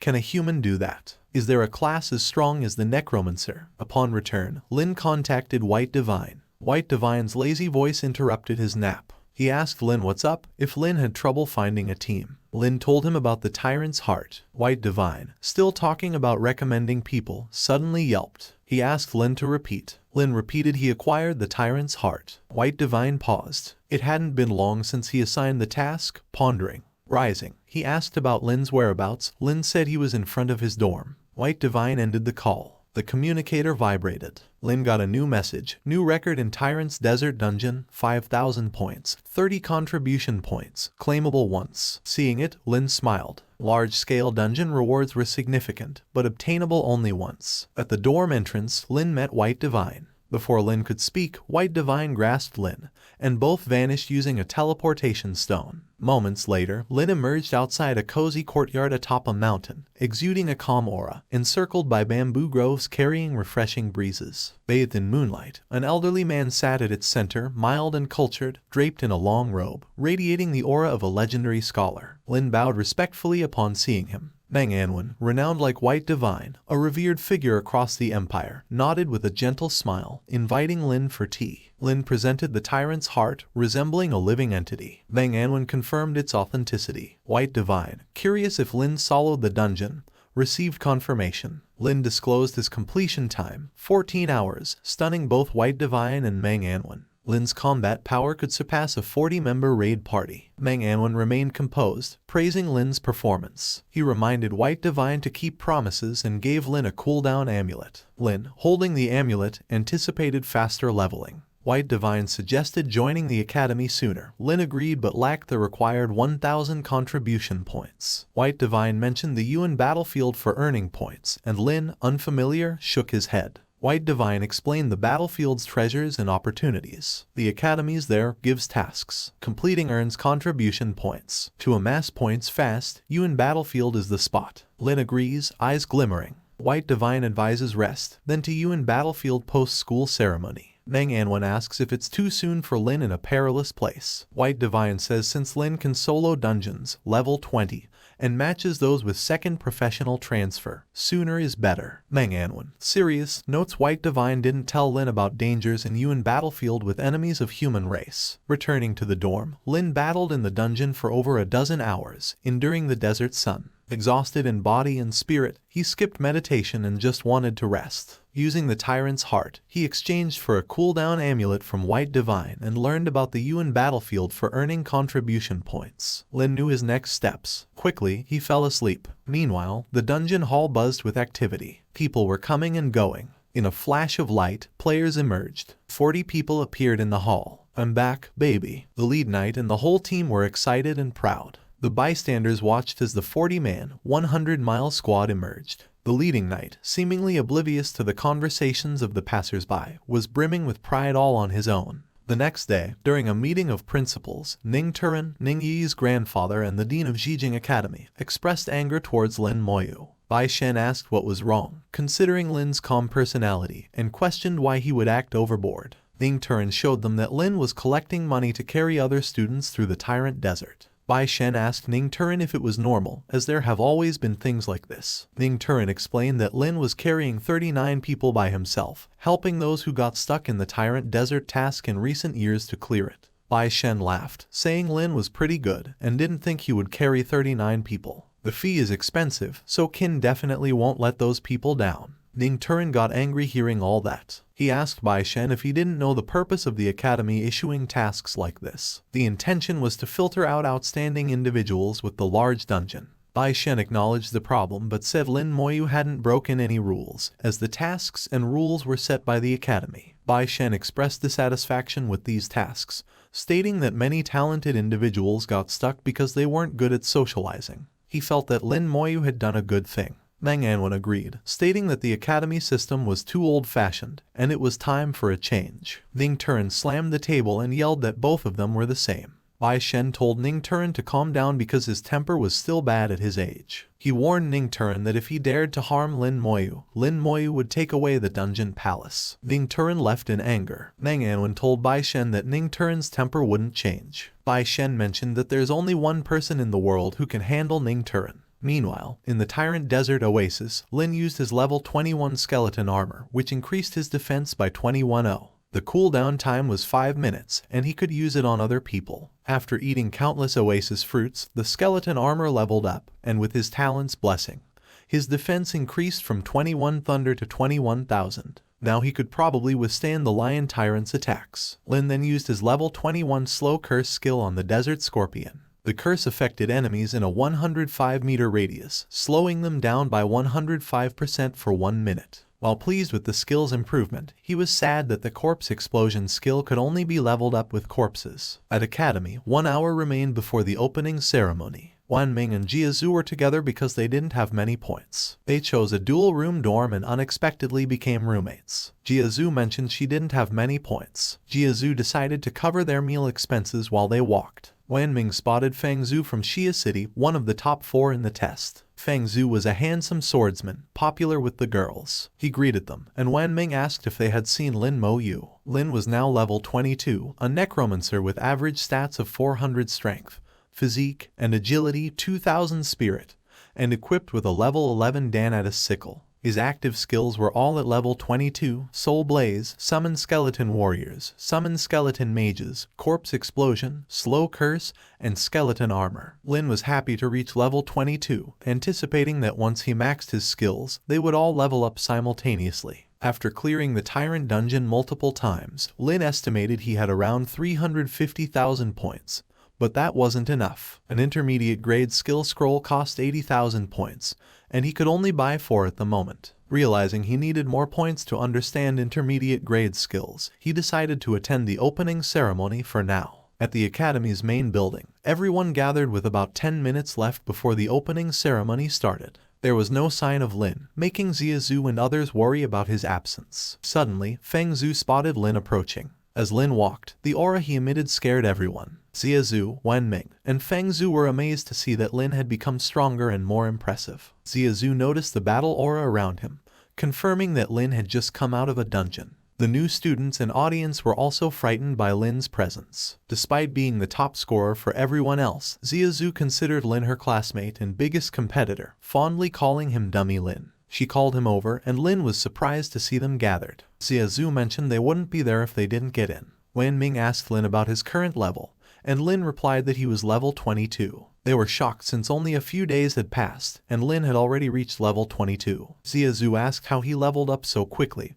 and Lin didn't understand their surprise. He explained that if he hadn't been carrying others, he would have been level 24 by now. Feng Zhu mentioned hearing about the ability to spend points to reset the dungeon cooldown in the dungeon palace. Razu added that Lin, being the top scorer, could use his points freely. Wanming and others mentioned that for them, saving points was necessary because they found it challenging to earn them. Lin Moyu was confused because, for him, earning points was not that difficult. He recalled getting 39,000 points for every dungeon he cleared. The bell rang, signaling the start of the ceremony. Professors welcomed students to Zhaijing Academy, acknowledging their past achievements as high school geniuses, but emphasizing their new identity as freshmen. The academy was divided into ordinary, academic, and top students, each enjoying different resources and benefits. Professors encouraged new students to try climbing up the social ranks. They introduced the tradition of challenges between freshmen and seniors during the opening ceremony. Seniors could challenge new students, paying corresponding points. Freshmen could refuse, but if they won,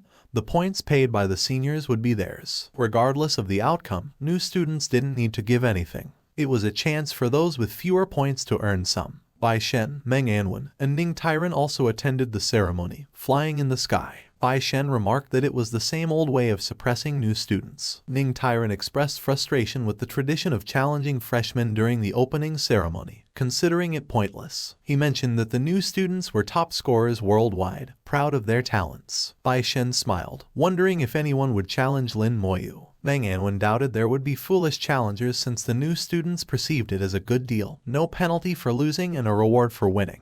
However, they knew their levels and skills were lower than the seniors, creating pressure for the new students. A magician created a fighting arena, assuring the challenge would take place on a professional martial arts platform with level suppression, preventing the use of skills above level 20. The formation protected against fatal injuries, and divine level healers were present for safety. The game began with a senior archer challenging a freshman archer, and they moved to the arena. While some recognized the senior as one of the top scorers, it was just the start of an eventful day. As Lin conversed with Xia Zhu and others, Ling Zhen unexpectedly challenged him. Ling Zhen taunted Lin, highlighting that Lin was the top scorer of the country. When Lin saw Ling Zhen persistently challenging him again, he felt angry. Lin wished he could fight Ling Zhen outside the academy so he could deal with him more seriously. Lin asked Ling Zhen how many points he was willing to pay for the challenge. Ling Zhen proudly stated that he would pay 5,000 points. Lin thought it was too little and stunned everyone present by demanding 100,000 points. The onlookers, who only had 5,000 to 7,000 points, were shocked. Ling Zhen questioned if Lin was joking and whether he even had 100,000 points. Lin, with a serious expression, proposed making a bet with the points he currently possessed. If Lin won, Ling Zhen would give him the same amount of points Lin had. If Lin lost, he would give all his points to Ling Zhen. Lin asked if Ling Zhen had the guts for the bet. Ling Zhen felt pressured and nervous. Zhiasu was surprised to hear Lin speak so confidently, sensing a history between Lin and senior Lin Zhen.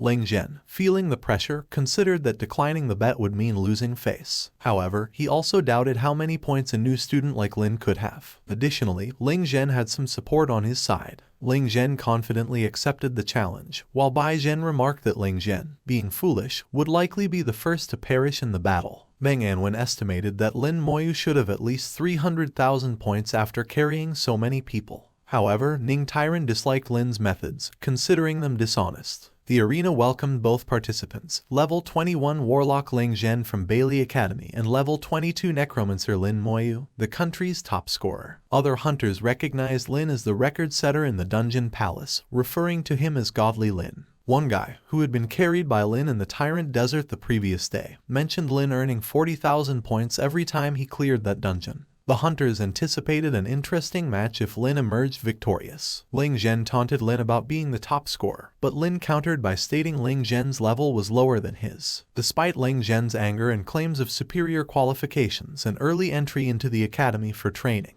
Lin insisted on the point that Ling Zhen's level was still lower. Ling Zhen, frustrated, argued that it didn't matter if Lin's profession was strong. Lin responded with a calm expression, repeating the same point that Ling Zhen's level was lower than his. Ling Zhen, infuriated, resorted to cursing and questioned if Lin's parents failed to teach him proper manners. However, when Ling Zhen brought up Lin's family, Lin became visibly angry, and his intense gaze frightened Ling Zhen, making him wonder if Lin intended to kill him. Ling Zhen then argued that without corpses, Lin would be useless since he couldn't summon. Without directly responding, Lin summoned a skeleton warrior to prove Ling Zhen wrong. However, Ling Zhen swiftly used a purple stone to smash, sealing Lin's summoning ability. Lin checked and found that his skill had indeed been sealed, rendering him unable to summon any skeletons. Ling Zhen laughed maniacally, explaining that he used the summon seal, a talisman designed to counter summoners. Ling Zhen claimed victory, declaring Lin completely useless without the ability to summon or find corpses. He then unleashed his rain of fire skill, taunting Lin that he wouldn't survive the day.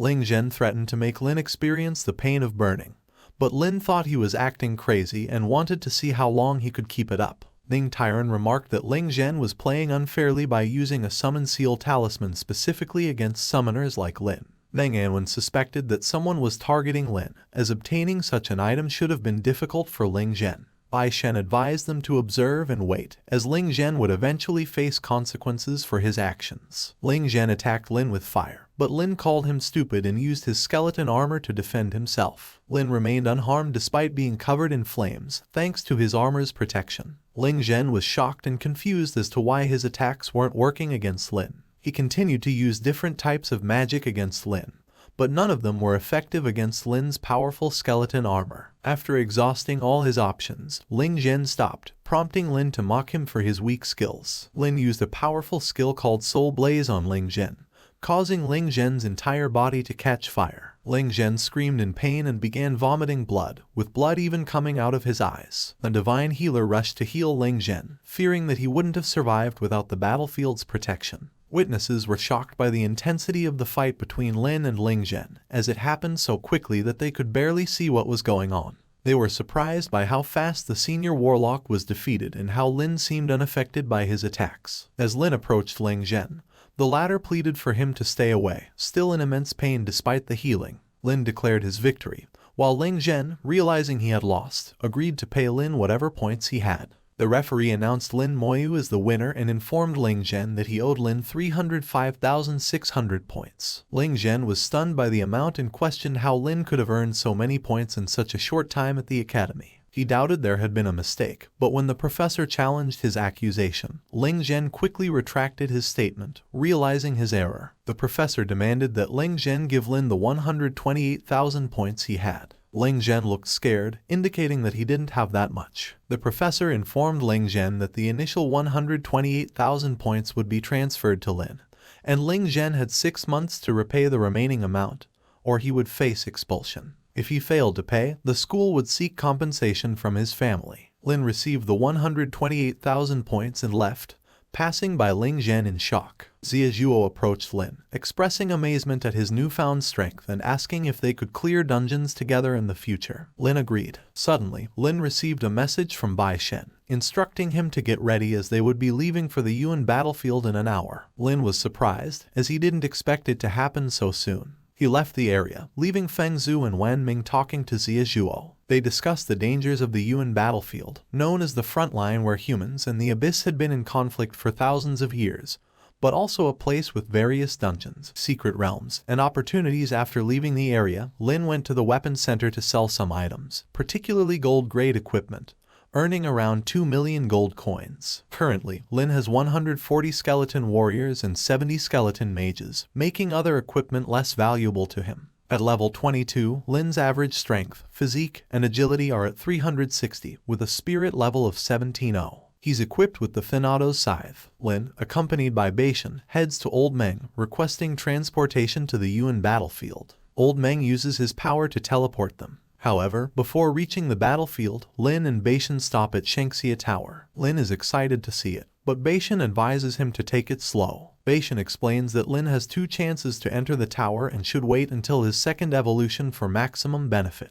A magical light emanates from Shengxia Tower, creating a teleportation magic circle that transports them to the Yuan battlefield. Upon arrival, Lin is shocked to see a large eye-shaped object flying in the sky above the battlefield. Beishan informs Lin that it's the Demon Watcher, designed to monitor the Abyss and prevent any infiltration attempts. As they approach the gate, guards are stationed, and Beishan explains the significance of the Demon Watcher in maintaining security against the Abyss. Lin and Beishan approach the guards at the Yuan battlefield gate. The guards notice Beishan's badge, showing him respect by taking their positions accordingly. Lin is impressed by Mr. Bai's influence. Beishan, understanding Lin's thoughts, explains that the guards prioritize the badge over identity, ensuring a smooth entry. He promises to get a badge for Lin soon. They head to the Sergeant Badge Processing Office, where Beishan requests a Sergeant Badge for Lin. The receptionist, initially annoyed, quickly changes his attitude upon seeing Beishan's prestigious 5-star badge. Under Beishan's influence, the receptionist agrees to expedite the process. Lin provides his identification card, and the receptionist, curious about Lin's connection with Beishan,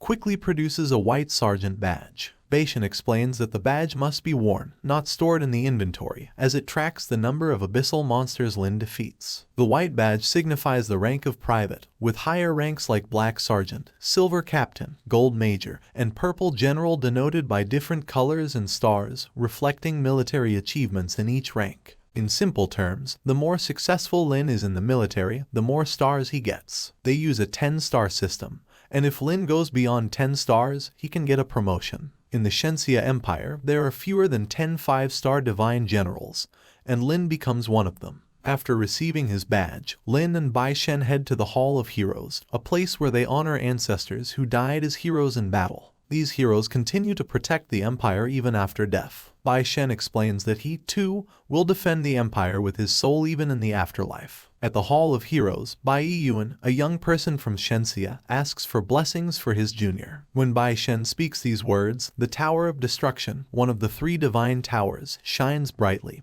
causing all the badges, including Lin's, to glow. Bai Shen reveals that the tower has given Lin a spiritual imprint, and 1 star from Bai Shen's badge disappears. This imprint ensures that even if Lin dies, they have a way to resurrect him, providing him a second chance at life. Lin is surprised and shocked by the idea of resurrection. But what surprised him even more was that Mr. Bai used a valuable merit star just to give him a second chance at life. Was this the meaning of bless his junior? Lin sincerely thanked him, but Bai Shen reassured him not to worry. He advised Lin to focus on killing enemies when he reaches the Yuan battlefield. Bai Shen then explained the Yuan battlefield to Lin. The war fortress of the Shengxia Empire, known as the Eternal Great Wall, consists of 9 fortresses lined up over 1,000 kilometers. They were currently standing on the first fortress, which also served as the front line. Unlike other countries, the Shengxia Empire had never been breached by abyssal monsters since the completion of the Eternal Great Wall. Although there were many dungeon entrances in the UN battlefield, abyssal monsters posed a threat, preventing humans from entering or ambushing them at the entrance. The battles before the dungeons were intense and dangerous, so Lin needed to be cautious. Bai Shen advised Lin to buy teleportation stones for a quick return to the fortress. With that, Bai Shen left, leaving the responsibility to Lin. Lin attempted to venture into the wild, but the guards at the gate, noticing his level 22, questioned if he came with his parents and warned him about potential dangers. Okay, so there's this guy named Lin. He's warned that there are really strong monsters outside, even some abyssal ones. Lin still decides to check it out. As soon as he steps out, he realizes the place is filled with a dark and foggy aura, making it hard to see. Suddenly, he's attacked by a monster he can't see because it's invisible. Fortunately, Lin's skeleton armor activates and helps him fight back. His skeleton warriors join the battle and manage to make the invisible monster visible by hitting it hard. But then they find out that regular sword attacks don't work on it because it's immune to physical attacks. Lin figures out he needs to use elemental attacks instead. So, he summons his ice and fire mages, who blast the monster with their powerful elemental magic. This time, their attacks work, and they defeat the monster. Lin gains a bunch of experience points and a special item called Soul Breath from the monster's remains. Soul Breath can make Lin's weapons and equipment stronger. Lin is surprised that such a strong monster dropped such a valuable item. He also realizes that if there are monsters immune to physical attacks, there might be some that are immune to elemental attacks too. If something that can't be hurt by physical or elemental attacks shows up, Lin's skeletons won't be helpful. So, Lin needs to be careful. Lin keeps defeating monsters, thinking he'll find a dungeon after walking for about 2 hours. Suddenly, he hears hunters asking for help because abyssal monsters are coming. Lin gets interested when he hears about abyssal monsters. Soon, a strong abyss hound, level 31, follows the hunters. The abyss hound has 5,000 strength, 6,000 agility, and uses bite as its basic skill. Lin walks towards them. The hunters, running away, think Lin is in trouble as the abyss hounds change targets. Lin notices something in the abyss hound's teeth. They have eaten a person. Angry, Lin declares that such dogs should die. He takes out his powerful Thanatos scythe and empowers his level 22 silver-grade skeleton warriors. The skeleton warriors crush one abyss hound with rage strike and continue to defeat the others. When Lin defeats a level 31 abyss hound, he gains 300,000 experience points and earns a merit, obtaining an abyss hound fang with a star appearing on his badge. Lin has a special weapon called the Thanatos scythe, and it can grow stronger by 3.33% each time it levels up.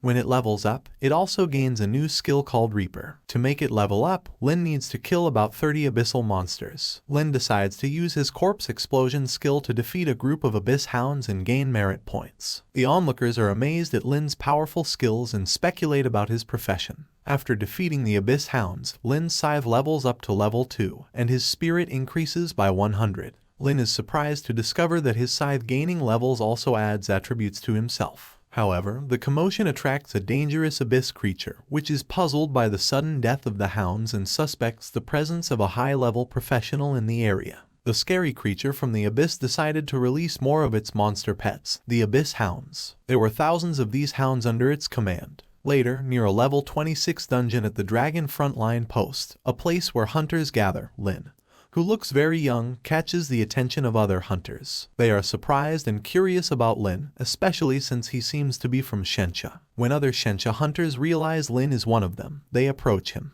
They ask about his level and invite him to join their group, assuring him of their support. Lin is happy about the offer but decides to go into the dungeon alone, even though the other Shensha hunters try to persuade him to join them. The hunters are shocked that Lin went in alone, and some from different countries make fun of the Shensha hunters, claiming they talk big. A hunter from another country reveals a dungeon detector, surprising everyone. A hunter has a device to find dungeons. He throws it into a dungeon and gets a message. In normal difficulty, one group was inside with 4 survivors. In nightmare difficulty, 2 groups were in with 12 survivors. In hell difficulty, there was 1 group with 1 survivor. Hunters from Shensha are shocked that Lin reached hell difficulty. Someone from another country laughs at Lin and thinks he wants to die. They mock the Shensha hunters, calling them stupid. The Shensha hunters get angry and threaten with swords. The person says it was a joke and apologizes. The Shensha hunters value their dignity. They warn that anyone provoking them will face consequences. They acknowledge Lin as a talented person and regret he won't be the future of Shencha. Meanwhile, Lin is exploring a dungeon at the Dragon Frontline and is amazed by what he sees. He said that the difficulty feels very different from the nightmare level. It seems like something has been restricted. Suddenly, a system message appears saying that Lin's inventory cannot be used. Lin realizes that he can't use items or the teleportation stone to escape. He now understands that this is what a hell-level dungeon is like. Lin predicts that the monsters here will be very strong, and just as he says that, some monsters appear. These are the first humanoid monsters Lin will fight in the Hell difficulty dungeons. They are level 31 Dragon Spearmen, elite monsters with 10,000 strength, 10,000 physique, and 6,000 agility. They have a skill called Sweeping Spear. When the monsters see Lin, they attack him with their spears. Lin takes it seriously after seeing their stats and tells himself to focus. He thinks, so this is Hell difficulty. Lin realizes that just one of these soldiers is stronger than his skeletons and even the super enhanced elite monsters in large dungeons. It's comparable to a nightmare dungeon boss. A level 30 Dragon Spearman and a level 22 Silver Grade Skeleton Warrior start fighting.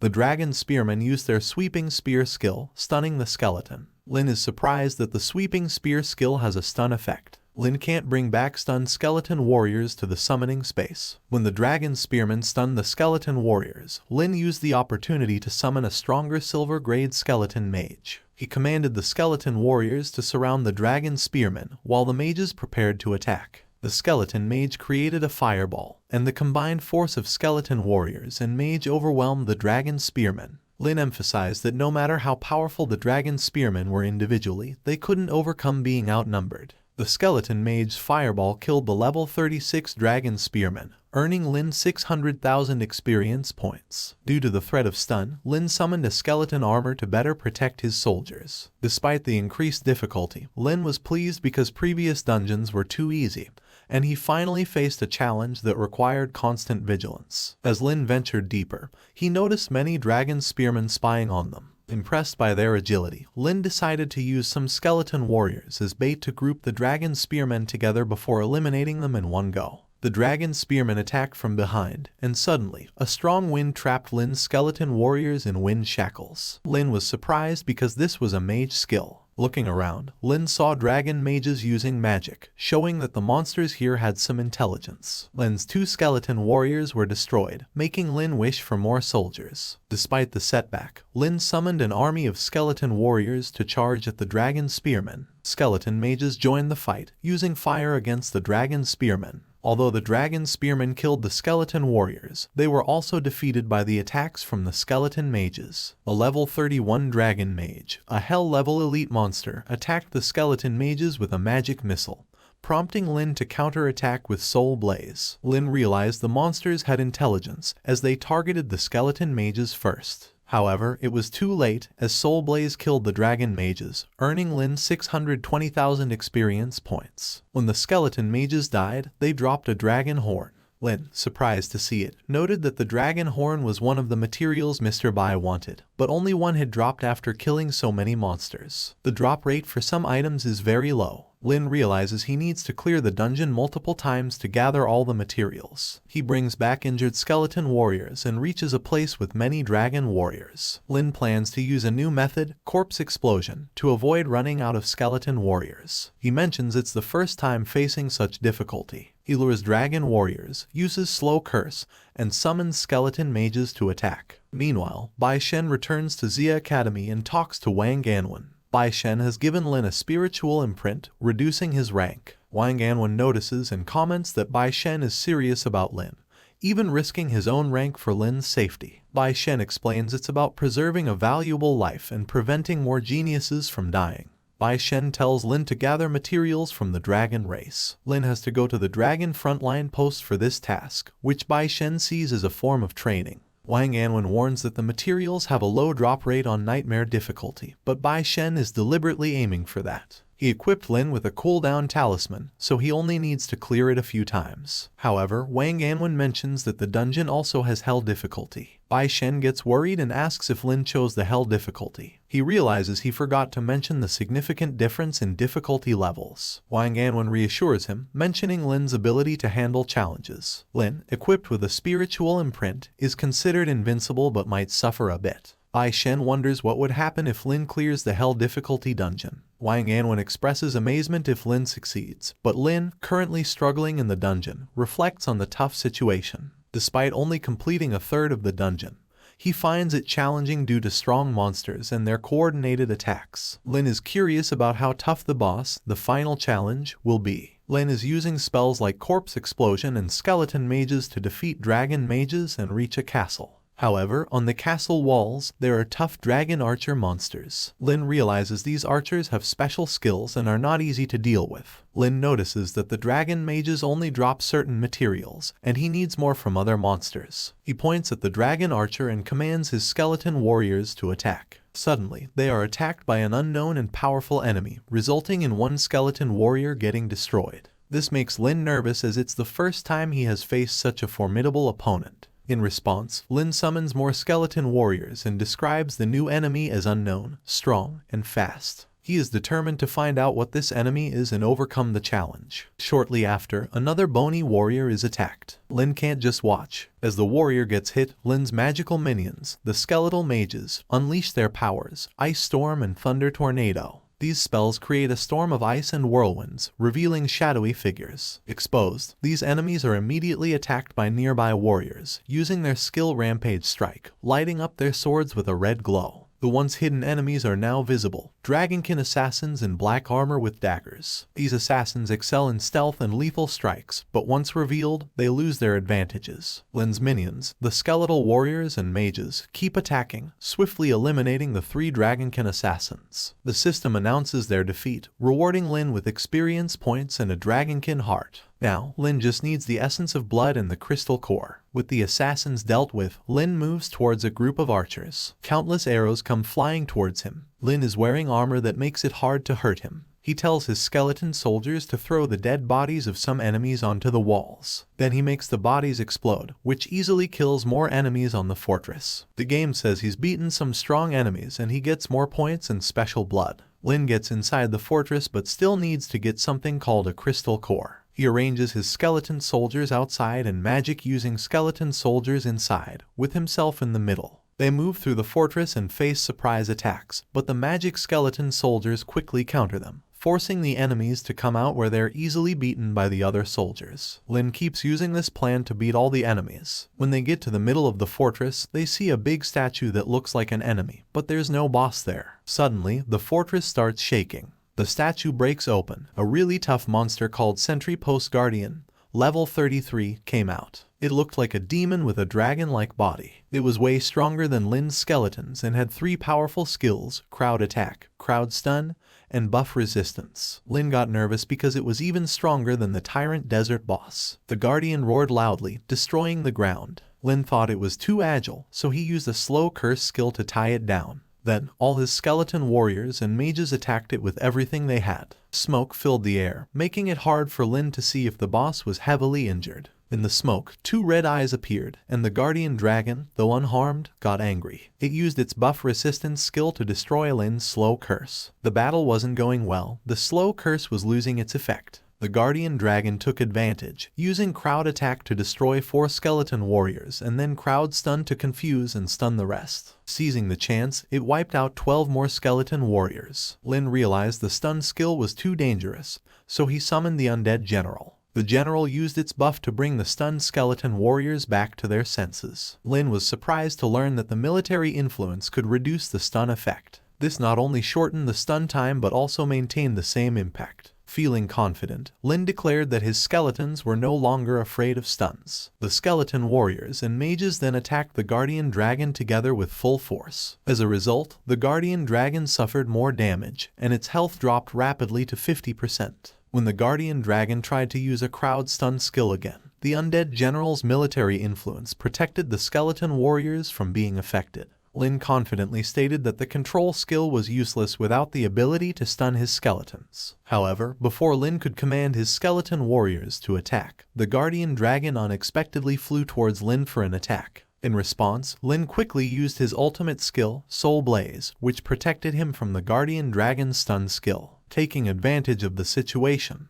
Lin counterattacked with Soul Blaze, and all the skeleton mages joined in the assault. Lin proclaimed that the guardian dragon would meet its end. The dragon started to burn in Lin's green soul fire, screaming in pain. The assault continued as fire mages unleashed fireball attacks. Ultimately, Lin defeated the sentry post guardian, earning 3.3 million experience points. He also acquired the gold weapon, Hell's Sentry Post Blade, and the gold weapon, Hell's Sentry Post Shield. Lin got some powerful items, like the Hell's Sentry Post Bracelet and 2 Dragon Cores. He also got a job transfer certificate and a special title called Dragon War King. This title boosts all his abilities by 500 and reduces skill usage cost by 50%.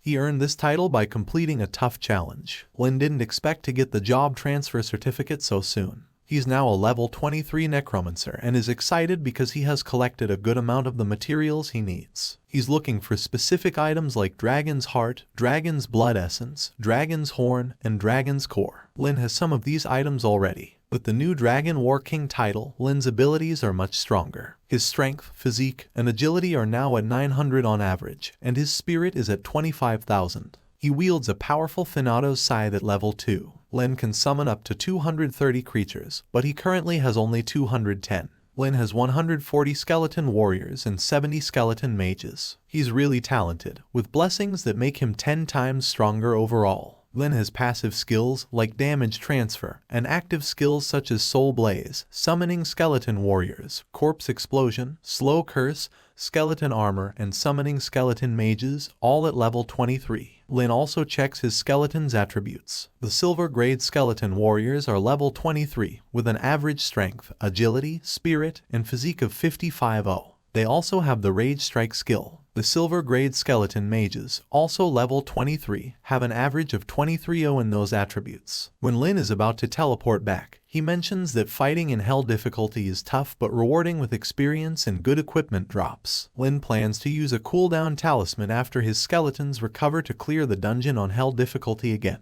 Upon teleporting back to the Dragon Frontline outpost entrance, Lin is surprised to see a dry land filled with monster and human corpses, and the smell of blood is everywhere. He summons his skeleton armor to be cautious. Suddenly, abyss hounds attack him from behind, but Lin's skeleton armor defends him. Lin and his skeleton warriors are in a tough situation surrounded by abyss hounds. Lin uses the Rage Strike skill to fight them off. Just as Lin is about to summon the Thanatos scythe, some hunters from Sengsi country appear and help him by attacking the abyss hounds. They inform Lin that the area has been taken over by the hounds. A healer arrives to tend to Lin, but he insists he's not injured. The hunters suggest that Lin use a transportation stone to escape while they hold off the hounds. Lin inquires about the situation, and the hunters explain that the abyss released a large number of hounds, causing chaos. Lin notices another group from a country surrounded by hounds. The Sengsi hunters reveal that they've also suffered casualties. Despite the suggestion to leave, Lin decides to stay and clear the dungeon.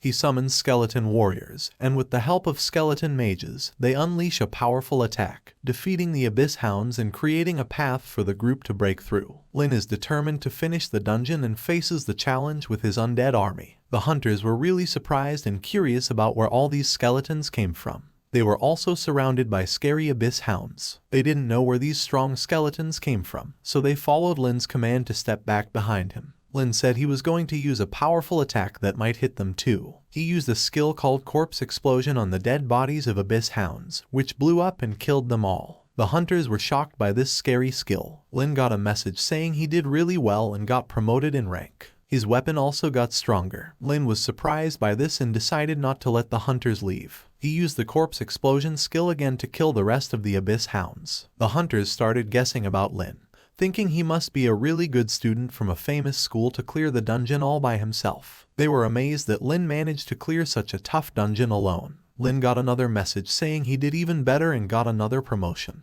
His weapon got even stronger. When the smoke cleared, Lin saw there were still some abyss hounds left. He was disappointed because he wanted to fight more monsters. Other hunters got scared because they saw a sudden increase in abyss hounds, thinking there might be a big attack from the abyss. Lin met a hunter named Shishingen, who was a level 31 paladin. Lin, a level 23 necromancer, and Shishingen realized they were both from Xiang Academy. Shishingen was happy to meet a fellow junior. He asked Lin about his batch, and Lin, not knowing the time well in the battlefield, mentioned attending the ceremony yesterday. The other hunters were surprised to find out Lin was a new student and wondered if all new students were this strong. Shishingen complimented Lin's strength, noting that Lin could handle the battlefield and even held difficulty alone. Lin played down his abilities and asked Shishingen why his party wasn't entering the dungeon. Another hunter from Shishingen's party joined and explained that the paladin had trouble tanking monsters, especially in nightmare difficulty, where they almost got wiped out. Shishingen defended himself, saying he was only level 29 then and lacked proper equipment. He mentioned losing everything except his shield, and that particular shield wasn't available for purchase. He hoped to find it in the dungeon to complete his set. They decided to try the nightmare difficulty again. Lin, the paladin, told Lin about some cheap equipment, specifically recommending the sentry post set. Lin surprised everyone by showing a high-quality shield from that set. The paladin was shocked and asked where Lin got it. Lin explained he got it from the sentry post guardian. Lin suggested the paladin try the full set, and when he did, a special golden light surrounded him. The hunters were amazed that Lin had the complete set, even better than platinum-grade equipment. Excited, the paladin offered to buy the shield for 10 million gold coins, and Lin agreed to sell it for 5 million. The hunters were grateful and ready for the next challenge, nightmare difficulty. The paladin and Lin decided to go back first due to the talk about the full set. Lin also needed to recover some spirit. He destroyed the returning crystal to get back to UN Battlefield's internet walls. In the Abyss space, the Abyss Lord was furious about losing many Abyss Hounds and ordered powerful warriors to investigate. The monster warrior released a powerful energy, and the paladin thanked Lin for helping him complete his set in one day. They were getting ready for their next dungeon adventure when Lin heard about a holy knight from Zhendon Academy. Everyone was amazed, and Lin smiled when he saw Ningyi, who was also talking to the holy knight. Lin said it was a coincidence. Ningyi was surprised to hear Lin's familiar voice and asked why he was there. Lin explained he came to finish a task, and Yi said it was a coincidence because she was there for a task too. The holy knight looked at Lin curiously. Yi guessed Lin's task was related to collecting materials from the dragon race, like the dragon's horn. Lin confirmed she guessed right but didn't reveal it was more than just the core. Yi excitedly said she also needed the dragon's core. Holy Knight Zhu Lisheng joined and asked who Lin was. Yi introduced Lin as her friend, and Zhu Lisheng introduced himself as a level 30 Holy Knight, while Lin introduced himself as a level 23 Necromancer. Yi was surprised that Lin reached level 23 so quickly, as she was only at level 21. Lin suggested teaming up like they did before, with him helping Yi in dungeons. Yi agreed, but Zhu Lisheng stopped her, held her hand, and reminded her that he had promised to help her. However, Yi declined his offer, stating that she didn't need his help and that Lin could handle it. Zhu Lisheng got angry and accused Lin of being pretentious, even though Lin hadn't said anything. Yi refused Zhu Lisheng's help, and he called Lin a pretentious person. Yi reassured Lin and asked him which difficulty level they should tackle, normal or nightmare. To her surprise, Lin suggested hell difficulty, which shocked Yi. She couldn't believe they were going for the toughest challenge. Zhu Lisheng, annoyed, thought Lin was looking down on him. Yi held Lin's hand and reassured him, saying Zhu Lisheng is good. She then asked Lin about tackling hell difficulty, expressing her excitement. Lin confirmed, and Yi was overjoyed. While they chatted happily, Zhu Lisheng observed them with suspicious intentions. He thought about what dungeons Lin could clear at level 23, and anticipated Yi asking him to clear dungeons with her the next day. Then something different happened, and we saw Lin and Yi standing in front of the dragon frontline post. Lin was planning to tackle the challenge alone, but now Yi joined him. Yi was excited to face the difficult task. Lin used a cooldown ability called Talisma to reset the dungeon, and both of them entered. Other hunters who saw them entering the challenging level were shocked, thinking it was a risky move. They remembered the last team from Xiaojing Academy's School of Creation and Divinity that attempted this difficulty. Another hunter agreed, mentioning a skilled female professional, possibly named Blade Dancer. However, their leaders advised them to ignore Lin and Yi, assuming they were just there for sightseeing. Meanwhile, inside the dungeon, Lin used his skeleton armor skill to protect both of them. Yi was surprised and asked if it was a defensive skill. Lin explained it was for added safety and summoned skeleton warriors. The ground was covered in green flames, making Yi feel secure. dragon warriors appeared with their spears, and Lin thought the dungeon would be easier as long as they avoided the control skills. The skeleton warriors formed a battle formation and started defeating the dragon warriors. Yi was amazed to see Lin's skeleton warriors easily handling dragon warriors who were 7 levels higher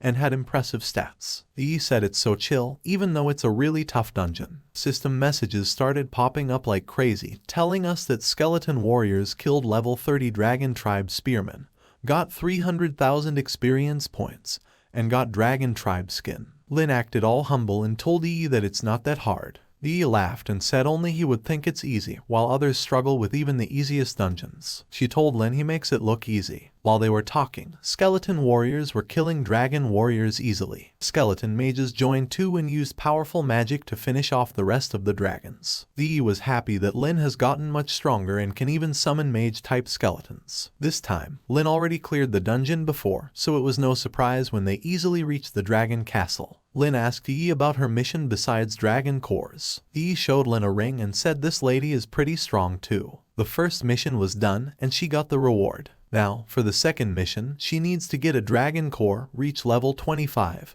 and become a 1-star private. The ring Yi showed Lin was the Ring of Brulon that boosts all skills by 1 point. Lin didn't know about the ring, so he asked her what it is. Yi smiled and explained, "Look at this amazing thing." She explained that it's made from a special core given by the Goblin King, and she finished a dangerous mission to create it. Lin suddenly grabbed Yi's hand to protect her from a surprise attack by a dragon assassin. It was the first time Lin was shocked by these invisible monsters. Yi, unaware of them, asked if there were invisible monsters. Lin confirmed it and mentioned they were at a hell level difficulty. Fortunately, Yi's skills allowed her to see the invisible creatures, and she promised to help Lin. Yi activated her assassin skill, turning her eyes red, and revealed the dragon assassin's locations to Lin. With her assistance, Lin commanded his skeleton warriors and mages to defeat the dragon assassins. Lin expressed relief, saying he didn't have to worry about invisible monsters with Yi around. Yi, with a smile, acknowledged her skills, noticing Lin's 2-star badge, impressed that he achieved it by defeating abyss hounds. In a playful tone, she blamed Lin for falling behind because of him. "Now, you need to lead the way." Lin laughed and agreed.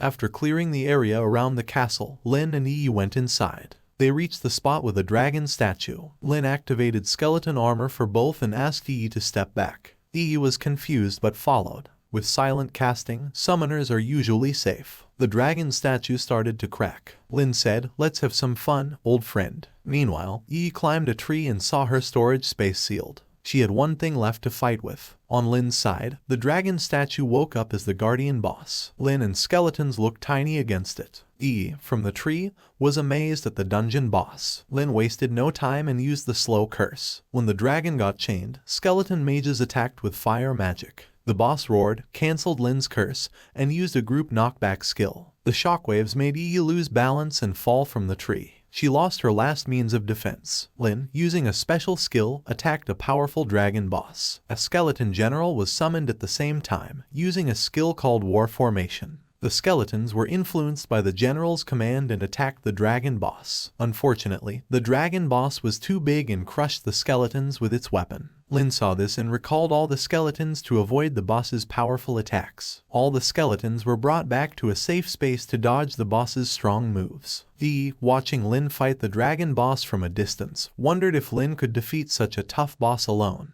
She doubted even her grandpa would believe it. Lin summoned skeleton mages to continue fighting the dragon boss. When the boss lost its physical strength, the skeleton warriors were summoned to finish it off. Lin defeated the dragon boss, gaining 1.6 million experience points and obtaining a high-quality weapon. Lin also acquired various valuable items, including a magic sword, a magic robe, and a ring. Additionally, he obtained 2 Dragon Tribe crystal cores. Yi, to her surprise, received a class change certificate and leveled up. Overjoyed, she hugged Lin and shared the news of her class change certificate. Lin didn't understand why Yi was so happy. He asked her if the class change certificate was a sure drop from difficult monsters. She explained that in challenging situations, only one certificate drops at a time. She teased Lin for being casual about such an important item. Lin promised Yi a gift later and gave her a powerful gold-grade weapon called the Hell Sentry headgear, which is part of a set. This weapon increased all of Yi's attributes by 500, and she also received a 50% boost to her skills as an assassin. Lin also gave her a rare material called a dragon core for crafting. Lin suggested taking a break, and Yi agreed. Unbeknownst to them, there was danger outside the dragon frontline post-dungeon. Meanwhile, a demon warrior sent by the Abyss Lord aimed to kill the one who defeated the Abyss Hounds earlier. But there's still a hunter suggests that they hold on.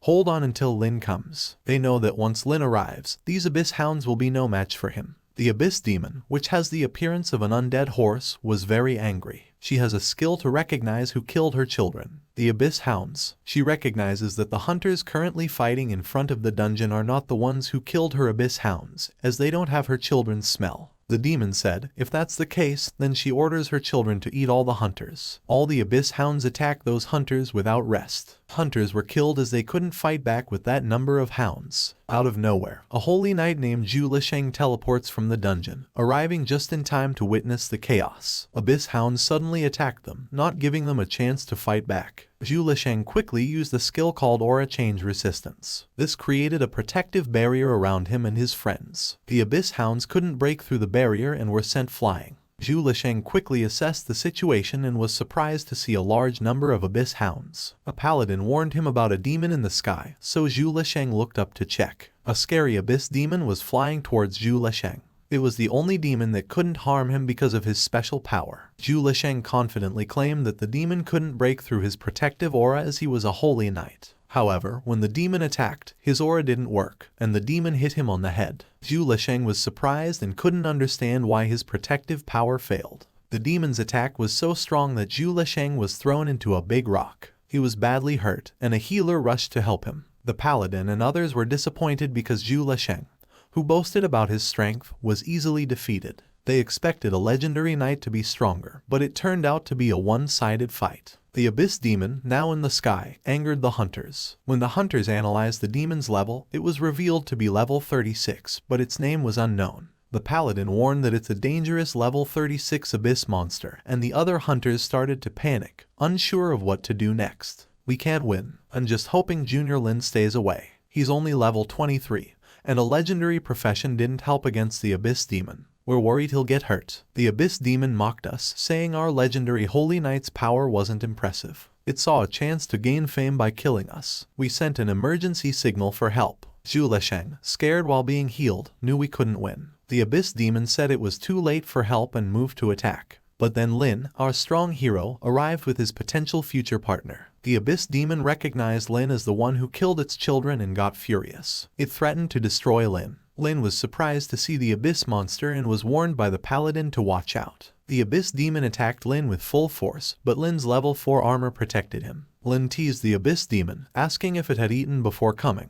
The Abyss Demon got angrier and kept attacking Lin. The lady with the scary name, Abyss Demon, tried to attack a guy named Lin, but none of her attacks did any damage. This made her even more upset, and she couldn't understand why she couldn't hurt Lin. Lin didn't want her to keep talking, so he fought back using something called Soul Blaze, which really hurt the Abyss Demon. She screamed and tried to run away, threatening to kill Lin. But Lin used another skill called Slow Curse, which stopped the demon and even slowed down other creatures around, like Abyss Hounds. Everyone was surprised, and a paladin guy told everyone that it was Lin's special skill. The Abyss Hounds attacking others got slower, and people couldn't believe that one skill could affect such a large area. The Abyss Demon got mad and cursed Lin because her children were getting killed. Lin summoned his skeleton warriors, who appeared with green flames, and they followed Lin's orders to kill the Abyss Hounds. The Abyss Demon was furious, but the hunters felt relieved when Lin brought out his skeleton warriors. After the skeleton warriors finished off all the Abyss Hounds, creating a pile of their bodies, Lin used his powerful move called Corpse Explosion.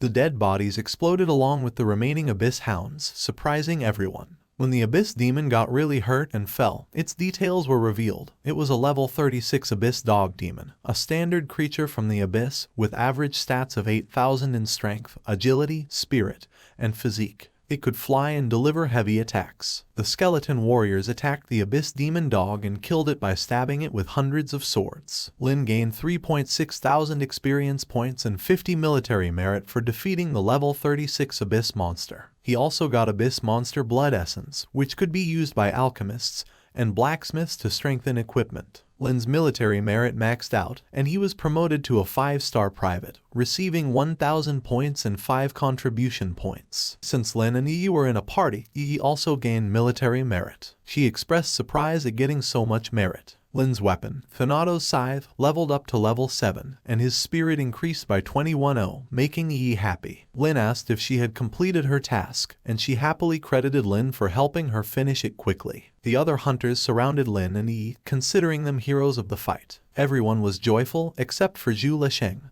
who was not happy. He believed that the person shining brightly and receiving attention should be him. He was really mad because, despite being a high-level holy knight at level 30, a beginner at level 23 saved him. He felt too upset to be embarrassed, and he promised to make Lin apologize and beg for forgiveness eventually. He also declared that Yi would be his, and he'd show her who was the strongest. However, he was mistaken, and his thoughts were as flawed as those of the people Lin had defeated before. Lin looks back where he feels a huge army was arriving with shields and weapons. He was right. He shouts to inform others that the help has arrived. They were the guards of Eternal Great Wall. They expressed their thoughts that guards probably hear some distress signal from the site. Guards noticed many dead corpses of abyss hounds on the flower. They asked to them that who send them distress signal and who killed these abyss hounds. One person explains the whole scene which was happened right there, and when he finishes the guard becomes astonished. He questions himself that according to Holy Knight all of these abyss demons were eliminated by one brave boy.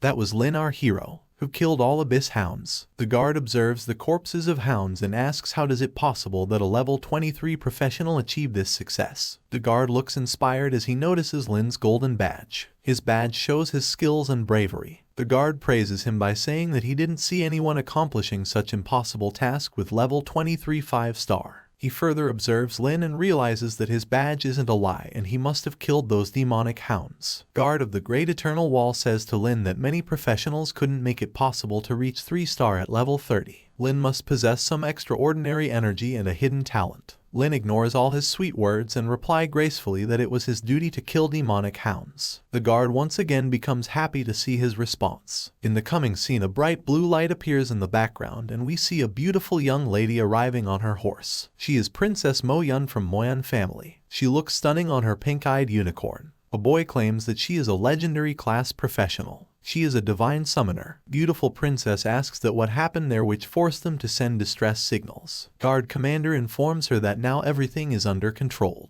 Princess understands and asks him to them to leave. Everyone in the crowd was in silent love with Moyan. Before leaving she gives a brief look towards Lin. She thinks that he is the one with strange aura. The aura that she detests. Ning notices her badge and realizes that she was a 4-star lieutenant. She gossips to Lin that Princess arrives because of any special interest as she is in search of something. Lin informs her back that he already knows about it. The princess is looking for the Nirvana crystals. Scene changes and we see Rashley and his man feeling jealous of Lin and his abilities. They express their feelings towards and discuss that with a level of 24 Lin should not come to UN battlefield. As with this level he invited his death by joining the battle. Rashley shows his anger to know about Lin's rising levels. He looks confused that just a few days ago he was level 17. How this could be possible for him to achieve higher levels so fast. Rashley wants to kill Lin at that moment because he feels a bit scared as Lin will become more powerful in future, and they wouldn't be able to kill him in coming days. His one friend calms him down by tapping his shoulder. He informs Rashley that they couldn't attack Lin now as they are in Shenzia's ground.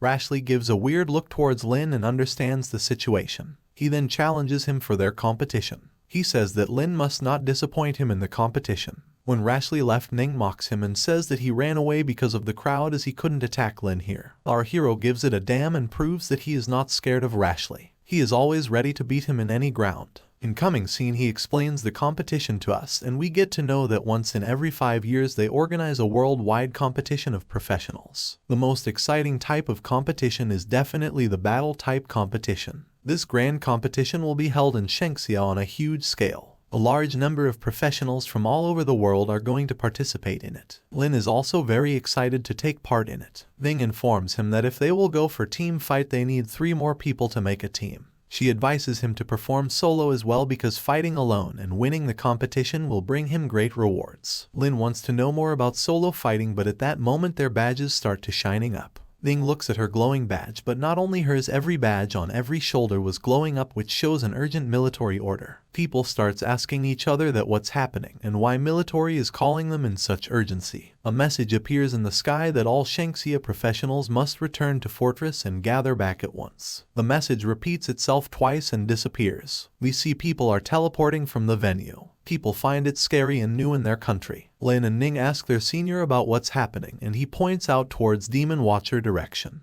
The Demon Watcher was glowing facing the abyss, as a huge number of demons are about to attack on them. Ling feels chill to his spine to know that abyss demons are coming soon. That's why they call them in such urgency. As Lin approaches forward, Ning calls him and asks him to be careful. We see a tense look on her face, but Lin was in aggression and his muscles were tightened up. He holds his weapon and says that he must avail this chance to get merit and experience. He informs everyone that he is there to clean the shit. All of a sudden we see black shadows revolving around them. Demon of Abyss are all set to attack them. We see them screaming in anger. They are forcing each other to kill Lin. They call him the killer of their children. They shout in chorus, kill him, kill him. But Lin seems to be very calm at that moment, despite of the fact that demons were surrounding him completely. At that moment we see a glimpse of Princess Moyan on her unicorn when Lin is standing all alone against demons of Abyss and a huge army of hounds of Abyss. Lin raises his weapon and produces spell slow curse. We red chains rising all around him, and these chains tie the Abyss hounds. The hounds immediately become helpless. One professional shouts in joy that he was expecting this from Junior Lin.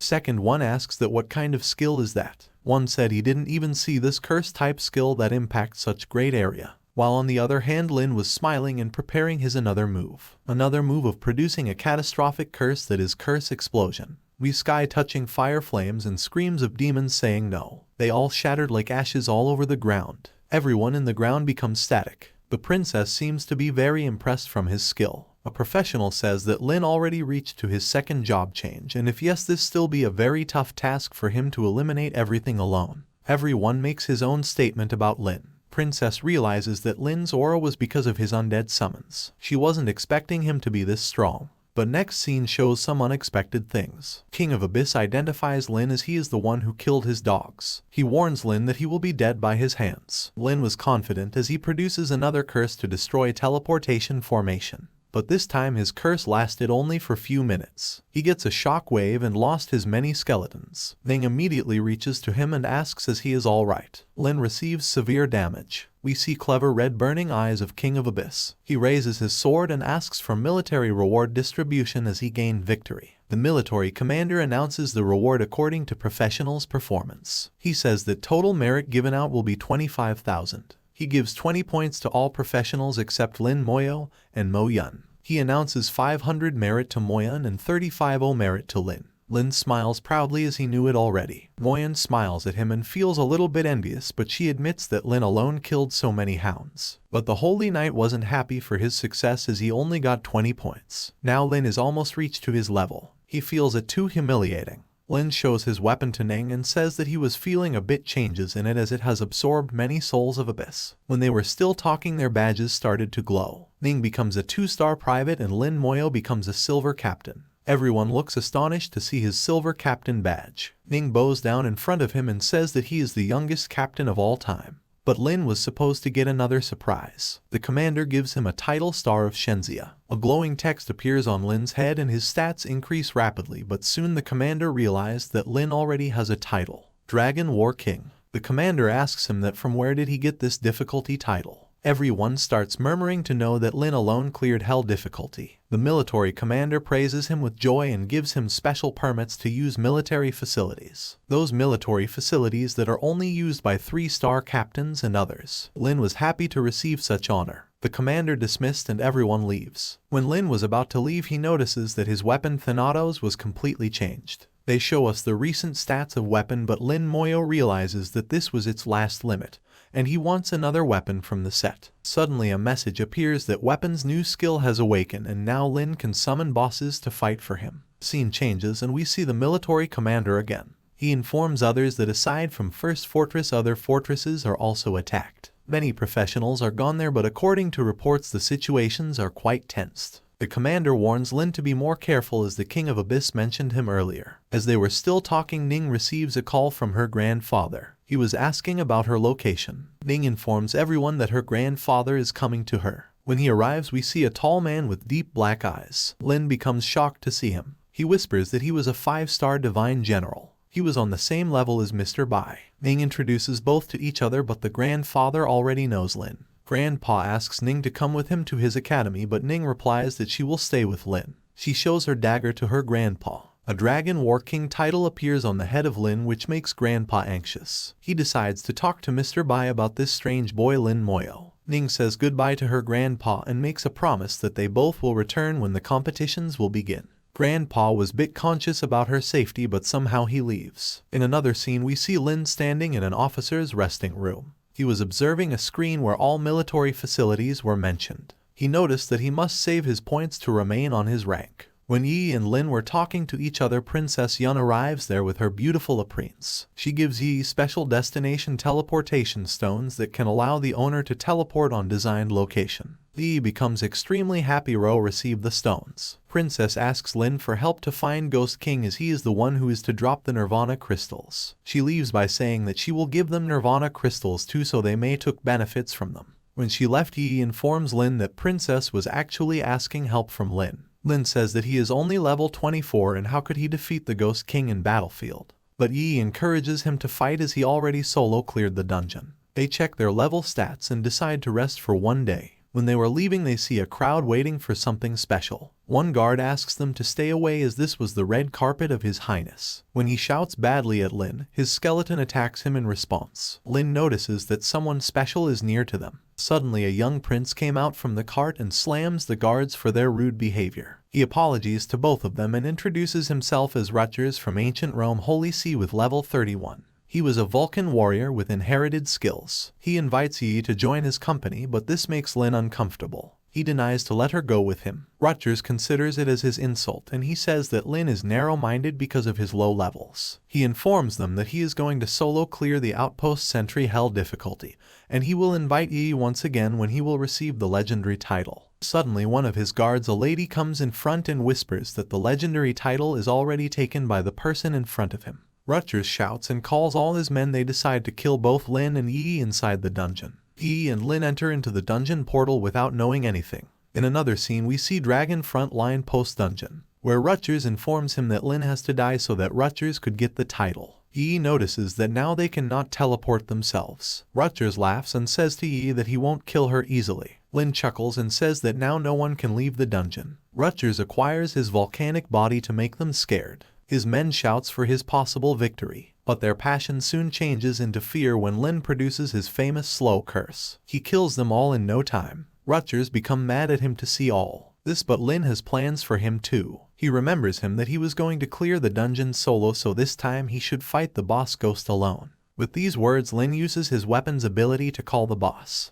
Rutgers was alone to fight the boss monster. He wasn't believing that Lin can summon Hell Boss. His volcanic body destroyed in one hit. He screams for mercy, but Ghost King destroys him in one attack. His volcanic suit equipment scattered all around. Yi smiles and asks Lin what to do with his suit now. Lin asks her to be focused to clear the dungeon. Another scene begins in Vatican headquarters, where news about killing Rutgers is spreading like wind. We see Yi's grandpa arguing to Mr. Bai that why he sent his granddaughter with Lin Moyu to clear the hell difficulty dungeon. He was concerned about her safety, but Mr. Bai calms him down by saying that Lin is a trustworthy boy. In the dungeon, both Yi and Lin decides to set back to cool down and sell the volcanic equipment till the competition begins. When they try to sell the equipment suit in Trade Center, at that moment Lin receives a call from Mr. Bai. When he meets with him, Lin says that he needs Mr. Bai as he couldn't find any alchemist. He was seeking help for cool down talisman charging. Mr. Bai takes the cools down talisman and says that he will inform Lin when its charging will be done.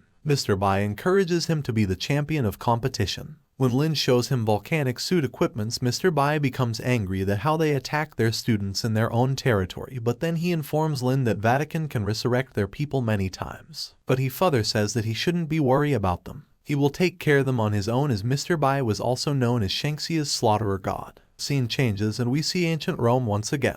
This time a huge fire cloud is whirling upon the headquarters. Everyone is in fear to see such terrible scene. They consider it appearing of descendants of gods. Yi's grandpa Mr. Ning calls the pop. The pop shouts at them as he mentions the death of Rutgers, but when he sees Mr. Bai there too he becomes conscious. People gathered around to see what's happening in the cloud. They were also suspicious about Pop's weird behavior. Mr. Ning shouts at Pop to bring Rutgers down as he realizes that he was the one who was creating the whirling cloud. Pop asks Mr. Ning in a sugary tone that what offended him so much about Rutgers. Mr. Ning shouts at him and informs him that Rutger offended his granddaughter Yi. We see Rutgers arrives there in bad conditions as he was resurrected few minutes ago. Mr. Ning shouts at him that why he called his granddaughter a toy. Rutgers becomes out of control once more and replies that both the legendary title and Yi belongs to him and he will get them soon. This time Mr. Ning couldn't control himself and destroys the statue which was responsible to give them stigma to revive themselves again. Rutgers meets his end. Scene changes and we see Mr. Ning, Mr. Bai and Old Meng sitting and having tea. Mr. Bai asks Mr. Ning to control his desires to pamper Yi. Mr. Meng gives the talisman to Mr. Bai as it was fully charged. The new scene begins with the beginning of 100th Professional Great Tournament. Lin is preparing to sign up as the rewards were highly exciting. The championship reward was still a secret which was making the competition more interesting. Few students ask Lin to join their team, but when they got to know that Lin is now level 26 they bite their tongue with extreme sense of awe. The girls ask him how could he raise his levels so fast. Yi joins them and introduces herself to the girls. They were looking too much inspired from Lin and Yi. Yi feels a bit jealous for Lin this time. Few more students approach Yi and ask her to team up with them. Lin and Yi accept their offer and they all made a team of 5. When Yi and Lin walks through the road they face a young arrogant boy by Lisheng who shows his hate towards Lin. He asks Yi that why is she with Lin as he was his fiancé. Yi shouts back at him that she already refused his marriage proposal,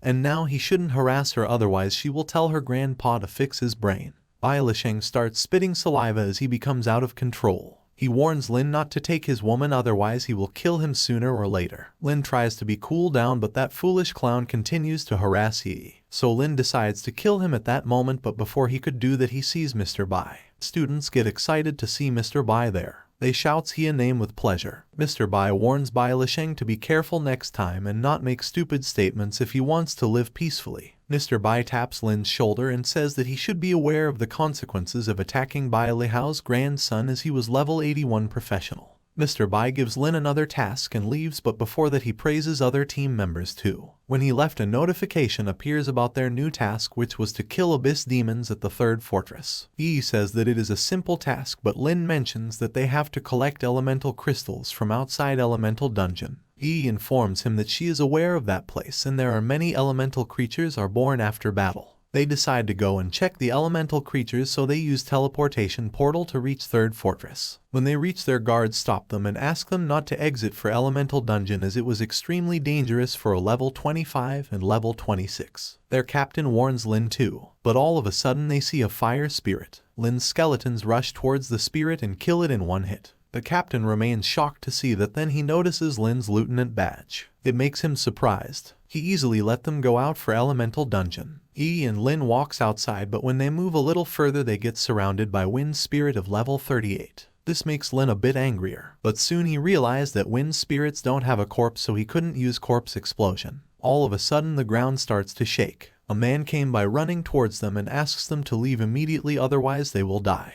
Lin smiles and says that elemental dungeon has appeared now and the riots of spirit is going to begin. Lin orders his skeleton to attack the spirits and they killed them one after another. Yi wasn't feeling well as she was near faint. Lin informs her it's because of arrival of elemental queen. He produces his slow curse and we see a huge bang there. When it all ends they feel calming silence. In this silence they find an entrance to secret realm where they can meet the elemental queen. Inside the realm they find an ice castle. All of a sudden they face an ice whirlwind. He summoned his all skeletons to come back because he faced a boss monster with level 33. Lin smiles and calls his friend's boss monster through Thanatos to help him defeating the boss monster. At the end of a great battle finally we see that Lin's boss monster defeated the whirlwind. Lin feels a bit relaxed but he couldn't summon the elemental spirits as they don't have a body. He collects the blue crystal fallen on the ground and both of them started to walk again. Suddenly a glacier and a wind of fire attacks them but skeleton armor saved them. Lin smiles that maybe they are going to see lightning world next. But what they see was a rain of concentrated fire. The last desperate attack of elemental spirits. Ian shows Yi the rain of fire as fireworks in front of them. When it finishes, Lin obtains special skills in water elements crystals. In another scene, we see some people from Country H party entering into the elemental dungeon. They become suspicious when they didn't find any spirit there. Their leader asks them to search for elements as he can still feel the residual aura of spirits. Leader asks the girls to keep following him and they just need to kill the boss monster. Rest will be easy for them. He notices footmarks on the frozen ice and once again they started to follow Lin and Yi. On the other hand, they both are busy fighting with spirits. They kill one after another spirit. This time they are facing lightning and wind merged spirit. Lin produces his slow curse spell to hold it. He somehow succeeded in it. At last he calls Yi that now the elemental queen is the last one. They continue to walk and then we see a beautiful queen sitting on her ice throne. She is the elemental queen of Secret Realm. When Lin's skeleton attacked her, she produces a quick star burst and killed 3 of his skeletons. She was aware of all attacking patterns. Once again, Queen attacks them with elemental power and killed 5 of his skeletons. Lin feels a bit tension as he couldn't be able to use his moves. The elemental spirits don't have bodies and his all skills were just nothing in front of them. He realizes that Queen must be some boss monster which can be killed by some tactics. Behind them, the chasing team reaches at the point. The leader asks one girl to show her power and kill both Lin and Queen. As the girl starts to make her move, Yi senses her presence, so she informs Lin about the followers. Lin smiles as he finds a way to kill the queen. Lin asks his skeletons to attack on them. When the leader saw this many skeletons approaching towards them, he becomes confused. 3 of them were preparing themselves for attack, but at that point Lin produces his slow curse on them. They all get tied up in strong chains. But unlike monsters, professionals can undo the curse, so this is what they diss. The leader asks them to drink magic potion. The potion melts down their chains and they attack Lin and Yi with fire bursts. Yi informs Lin that these skills are special and a person with 40 levels can do them. Lin understands that if he will show softness towards his enemies Yi, and he will suffer the most, so he summons the skeleton to fight them with full power. When the knights were keep busy in fighting with skeletons, Lin holds Yi's hand and moves forward towards the queen. When the queen sees them, she produces an elemental blast and at the same moment Lin casts his corpse explosion spell. Both powers collide with each other, causing severe harm to Queen. We see her being injured and teared on the flower. In a final move, Lin killed the elemental queen. They were surrounded by pink flames all over them. Lin announces that he had gathered all the crystals and now they are done. Most of Hia's skeletons need repairing, but when Lin sees a place close to the 3rd battlefield, he decides to go there as Lord Bai's wish was to raise his military ranks. When they both entered into the battlefield, Yi covers her nose because of a sharp stinking smell. At that moment, monsters of Abyss attack them, but now they were like a small task for Lin. He simply kills them all in one hit. Suddenly they see a distress signal as something is happening ahead. They start to run towards the site. Yi feels little uncomfortable as all the Abyss monsters were gone. When they reach to the point, they see wolf demons there who are forcing the people to send distress signals so that more humans join them. The wolf monster looks towards Lin and Yi and announces that he will eat Yi first as her meat looks soft and fleshy. Lin hides her behind him, and when the demon wolf attacks him, Lin produces his slow curse to hold him tightly. The people becomes happy and relaxed to see his talent. Lin asks everyone to step back and let him clear the battlefield. When Lin killed all the Abyss monsters, Yi notices her badge shows her a 6-star private. All the people thank Lin to rescue them, but Lin gracefully says that it was his duty to save Shangxia's people. They don't need to say thanks. 2 of them were having a conversion about the regions of Abyss and the locations of rare demons when Lin hears their sound. He decides to go to the battlefield 3 where he will find rare demons so that he can increase his military ranks. He asks the address and holds Yi's hand as they are now leaving for Abyss. When they move further, they face many demons, but Lin easily continues to kill them. After few hours, a real demon of Abyss showed up. It was a group of demons who was deciding to eat them in parts. When Lin notices their presence, he casts his slowing curse on them. This time Lin finds it difficult to kill that shadow demons because of their high levels. Lin decides to cast spells to deal with these monsters, and this time the demon starts crying and calling his children for help. But all of his children were already killed by Yi. She looks exhausted by killing so many little demons. The demon shouts at Lin that how dare he killed all his children, he wants them back, so Lin decides to help him. He uses his corpse explosion curse and all the demonic flesh shattered up in the sky. It all finishes and Yi shows Lin her badge that she has also promoted to 2nd lieutenant. She asks Lin that why isn't he promoted yet. Lin asks her to come with him to another dungeon to hunt more demons. Scene changes and we see Mr. Bai. Old Meng was questioning his decision to send Yi and Lin to the dungeons. Mr. Bai says that it's fine if he will face defeat, it will show his real strength. Old Meng remembers him that Yi is along with Lin, and if she dies Mr. Ning will come for him. In another scene we see Lin and Yi continues their journey. They reach near the abyssal boundary of battlefield. All the demons inside the boundary slurps their saliva to see humans. They warns them about death, but Lin and Yi were not afraid of death anymore. Lin smiles and summons his skeleton to kill all demons. The skeletons take few seconds to clear the path. Lin thinks that this is the best way to increase his military merits. They hear some popping sound as someone is trying to come out from the boundary. Lin attacks him with his explosion spell,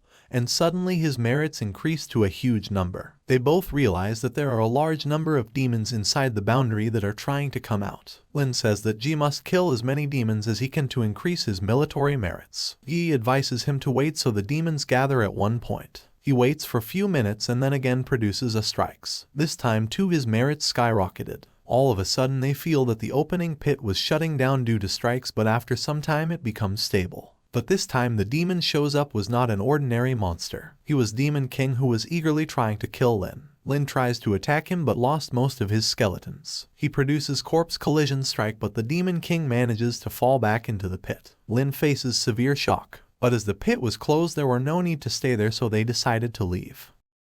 Another scene begins and we see Lin and Yi standing in front of a dungeon. Lin decides to enter into the dungeon with Yi, but a man behind him stops them by saying that it was level 30 dungeon. Yi and Lin smile at each other and reply them that they shouldn't be worried about them. Upon entering, Lin clears that the dungeon was combined of 3 powers. Suddenly Yi points out a place with many professionals battling with demons. Lin observes carefully and soon realizes that they were all phantom shadows. In coming scenes we see huge fire flames and a blast, then all clears up. Now there were small colorful globes all over the plains. Yi asks him that is this an ancient battle of forbidden curses and elemental powers colliding. Lin responds in fear that he doesn't understand what really it is. They both entered into the field and start fighting with demons. The demons there were made by abyss powers, so it was difficult to kill them. Yi complains about darkness and then she turns her eye lights on. She keeps showing Lin the monsters and Lin keeps killing them, but soon they realize that something is wrong there.